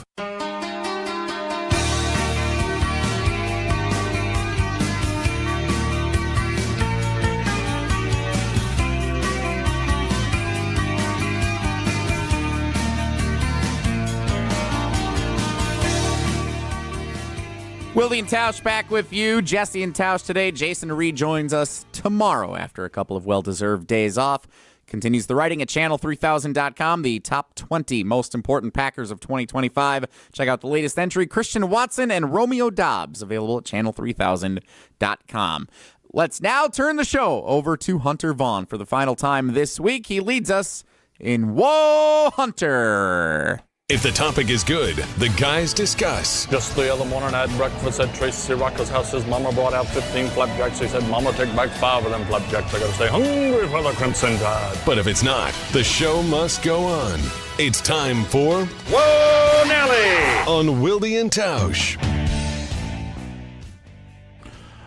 All right, guys, I don't have any stories about going to dinner or movies with my mother-in-law anymore. Oh, I know. I'm sorry. But I saw this on Twitter, and even though it's my Dallas Cowboys' biggest rival, really happy about this for the Washington Commanders. I've got the image up on the video stream right now, but they're going from the weird, like, gradient numbers and the single stripe helmet back to basically the old Washington Redskins color scheme and uniform, just with the block W on it now. So I don't know about you guys, but going back to the old school look is the right move for Washington, right? Yeah, I think so. I'll be honest with you. I just don't get that excited about uniform stuff. It's just not. You're not a uniform guy? No, I'm not. I think it looks better, and I do think like the powder blues with the old San Diego Chargers still the best jersey in my opinion. I think when you start getting all this, listen, man, I'm getting old. I get it. It's not for me. All this the organization of uniforms, I don't like it. But you know who does? Kids, players, fans, money making. So I ain't going to hate on it. I get it. Doesn't mean I had to like it. I could give 2 rips about it, but if I had to pick, yeah, I'd go with the old school on this. I guess my only thought on it looks good. My only thought on it is I thought they were intentionally trying to distance themselves from the old look of the franchise. I didn't think they wanted to go back to anything that they had done before. So that's the only thing that surprises me about this from them. Looks good. I just thought they were trying to, rebrand, not rely on the nostalgia. My guess is, like Tausch said, with the money making, they weren't making as much money on the merch and the jersey sales as they had hoped. So go back to it. Now people will buy these current ones. I also, my dad is a very wise man. He once was an usher at American Family Field. I don't know if you knew that. He pointed out to me how the Brewers, and then I've noticed it with sports franchises in many of the other sports, and not the traditional, the Cowboys, the Steelers, the Packers don't do a lot with this, but the teams that are up and coming, the Brewers have done this, the Tampa Bay Rays, the Commanders you see here. When a team goes or starts to play well and kind of has this resurgence, and suddenly there's more fans who are hopping on the bandwagon and want to buy the merchandise, and Jaden Daniels is selling jerseys, and everybody's got their Terry McLaurin from the last couple of years. Then they rebrand right in the middle of that success. And the Commanders, I wonder if they had this planned for a few years from now, and they decided to expedite the process since they got so good, made it to the NFC Championship last year. They said, well, let's sell some more merchandise now. Let's boost those sales this year. People are, buying their stuff. They just bought up all those jerseys and the merch last year. Now let's change it up a little bit. Then everybody's going to go buy it again. Probably. Oh, that's just. Whoa, Nelly! Watch for that. Watch the next time. Who's going to do it? The Toronto Blue Jays. Oh. Well, the Toronto Blue Jays have had the same logo for a while. And remember, they changed it when they went and they started winning in like the 2010s with Joey Bautista. Watch what they do. If they're good again, watch for a logo rebrand. And that's going to prove my point. One quick one. Had brought this up in the office yesterday to Jesse, at least. Wanted to bring it to you, Tausch. I have a little bit of a Brewers hot take. I think the Barrel Man mascot. Matt Murphy should get fired? No, I'm not an idiot. Nobody'd be that stupid. Never said that. Nobody'd be that dumb. But I think the Barrel Man mascot is a better mascot than Bernie the Brewer. All right. So first of all, explain. It's not Bernie the Brewer. It's Bernie Brewer. That's whatever. his name. Again, why Barrel Man is better. I think he's just a cooler look. It's more unique. And I think he is a better mascot and should be the primary mascot for the Milwaukee Brewers. Terrible. Jesse, what do you think? Bernie Brewer has history in being a real person who sat up there until the Brewers ended a losing streak, and then he slid down from the roof of Old County Stadium. That's where Bernie Brewer was born. Bernie Brewer, I thought this Barrel Man's better. Yeah, and you know what? Thanks to watching the game on TBS last night, I have a great take for you. When Sal Frelick hit his home run, TBS instantly panned over to Bernie Brewer going down the slide. There is no other team in Major League Baseball that has a home run tradition built in to their stadium as cool. Barrel Man could go down the slide. Cool. No, Bernie Brewer going down the slide. You get up with the yellow mustache, They'd be rolling out the barrel. Flag. No, it is iconic. Bernie Brewer going down the slide. When he does that someday, when we end up winning a World Series, that's going to be an image that will last forever. Bernie Brewer is the Milwaukee Brewers. Now, Bob Uecker is the Milwaukee Brewers. Yeah. Bernie Brewer's up there, though. He's top 5. Barrel Man rolling out the barrel on a home run would work, too. I normally am not super intrigued by mascots. It's just not. I'm over. I love in-game features. I think Nelly here with Tausch. I think bringing fans enjoyment during downtime is good, and I always see Barrel Man floating around in that first concourse. He's meeting fans. He's got a bobblehead. I'm sure Bernie does too. And in Hunter's defense here, how do you make beer?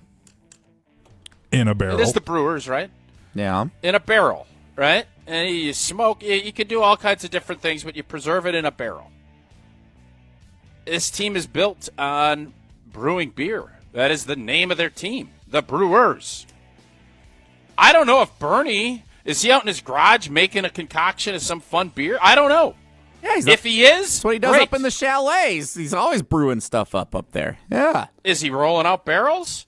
Because you have a half barrel, you got a quarter barrel. I get where Hunter is coming from on this. I do. Barrel Man is in a good spot. He is the vice president to Bernie Brewer's president. And that is a perfectly fine spot for Barrel Man to live. He's Spiro Agnew. He never has to become the man. He can be the guy behind the guy. Yes, Barrel Man is the Spiro Agnew of Bernie Brewer's presidency. Yes, absolutely. Thank you. I'm glad we landed in a good spot there. Whoa, Nelly! I'm out of time, so that's all I've got for you guys. That's it for Whoa Hunter. We will wrap up the show. Take a look at our poll returns, as those of you who are heading over to American Family Field hope to see a Brewers sweep of the LA Dodgers this afternoon. We'll check the poll returns on The Miz. Coming up next, it's Wilde and Tausch. This is our crew. Swing and a miss. He struck him out. It's a dozen for the Miz. We are watching a video game right now at American Family Field. Madison's new home for Milwaukee Brewers baseball. 100.5 ESPN.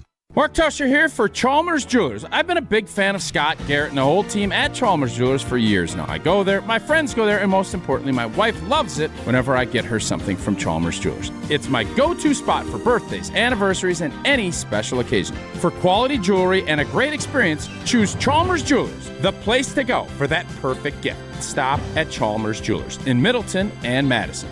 Chalmers Jewelers in Middleton and Madison. You, rah. Pella Windows and Doors of Wisconsin present your Badger Minute. Here's Pablo Iglesias. This Badger Minute is brought to you by Bruner Realty, providing excellent real estate and property management services in the Madison area for over 30 years. Contact their team at BrunerRealtyInc.com to get housed today. 10 years ago, they made us believe. The stars from Wisconsin men's hoops' most legendary run, reminiscing on a special 2014-15 season. National Player of the Year Frank Kaminsky on why Madison has a special place in his heart. This place, this school, this city, the most formative part of my life. It's an amazing story regardless. I would trade so many things that have come next for the opportunity to go back and do that one more time. More info on how you can stream the full conversation from the Made 'em Believe reunion coming soon. For windows with the strongest resilience, you need the Pella experience. Get 0% interest for up to 5 years if you order by July 31st at PellaWI.com. 1, 2, 3 into the 4. Avondale Roofing is knocking on your door. Leaking roof? Man, that's a shame. Call the real pros. We running this game. We patch it, thatch it, no need to stress. Our crew shows up and cleans up the mess. No drips, no drafts, no drama at all. Just tight new shingles, then a leak-proof hall. Hey. It's nothing but Avondale, baby. They keep it dry when the weather gets crazy. Hey. Visit AvondaleRoofing.com. That is AvondaleRoofing.com. Summer is the time for heading out to Elkhart Lake and enjoying the high-class racing at Road America. ESPN Wisconsin's Ben Bruss talks with driver Graham Rahal about what he loves about the track and the atmosphere at Road America. When you come to tracks in the Midwest, like Road America, what is it like for you to race in front of that type of crowd that you probably grew up racing in front of for a majority of your life? For me, on a personal level, Road America is my favorite. So, really highlights what's great about IndyCar racing, the speed, the braking capability, the cornering, all of those things. And I think it's just a great track to go to each and every year. It's just a track that we absolutely love. I think you've got always that Midwestern sort of love, and feel to it. The fans are extremely nice. They're very passionate. They're excited that we're there. So I feel like Road America is always just a great fit. Find schedule and ticket info today at roadamerica.com. Listen to Madison Money Guy every Saturday morning at 7 a.m. on 100.5 ESPN and ESPNWisconsin.com. I like to refer to inflation as the silent killer. It's an invisible risk. It's just the idea that things get more expensive over time. You're going to need milk and eggs when you're in your early 60s and when you're in your early 80s. You're going to get a loaf of bread, and it's going to be more expensive 20 years from now. Christian Finfrock is the Madison Money Guy. Call him today at 208-1800. Jim Rutledge here. It's officially camping season, which means I will be using my big blue truck from Simden Chevy in Mount Horeb. You're only minutes away from a better buying experience at Simden Chevy in Mount Horeb. What does that mean? It means it's a customized buying experience. If you're an expert and you know what you want, they're happy to let you take the lead. And if you have a ton of questions, Aaron, Tyler, and the whole team at Simden Chevy in Mount Horeb will make sure they can answer them all. You're only minutes away from a better buying experience at Simden Chevy in Mount Horeb. This is our crew. 1-2 pitch. Swing and a miss. He struck him out with a fastball at 95. Welcome back to the big leagues, Brandon Woodruff. You're listening to Madison's new home for Milwaukee Brewers baseball. 100.5 ESPN. Give him hell, time to hate. Gonna live life till we're dead. Give me sky. Kevin in Pleasant Prairie gets the final word on the ESPN Wisconsin carbless ESPN Wisconsin talk and text line today. Barrel Man not better than Bernie Brewer. His frown is scary to the little kids. Most Kevin. Mascots are scary to little kids. There was a story where I went to college at Bradley in Peoria, Illinois. They had the Peoria Rivermen, and they had this big captain of a boat who was their original mascot, and the kids would all go up and they'd still run away in tears, and it took them a year before they realized they had to go to this big funny blue bear looking guy to be their new mascot, because that was more welcoming, because he's warm and fuzzy for the kids to go up and give a hug to and take pictures with. So Barrel Man could be a little scary. He's like he's for the older kids. The younger kids love Bernie Brewer. The older kids can like Barrel Man. It's okay. Barrel Man knows his place. He's number 2 to Bernie. As long as everybody knows that, we're good. Nah, I want Barrel Man. That's the final thing Hunter Vaughn will say, filling in as our cousin sub of the day producing this week. Riley Yauk takes us the rest of the way. Tomorrow, Pella Windows and Doors of Wisconsin, Brookfield Experience Center. Stop on out. We'll be there 9 to noon. All of ESPN Wisconsin and our Milwaukee stations will be there from 7 a.m. to 6 p.m.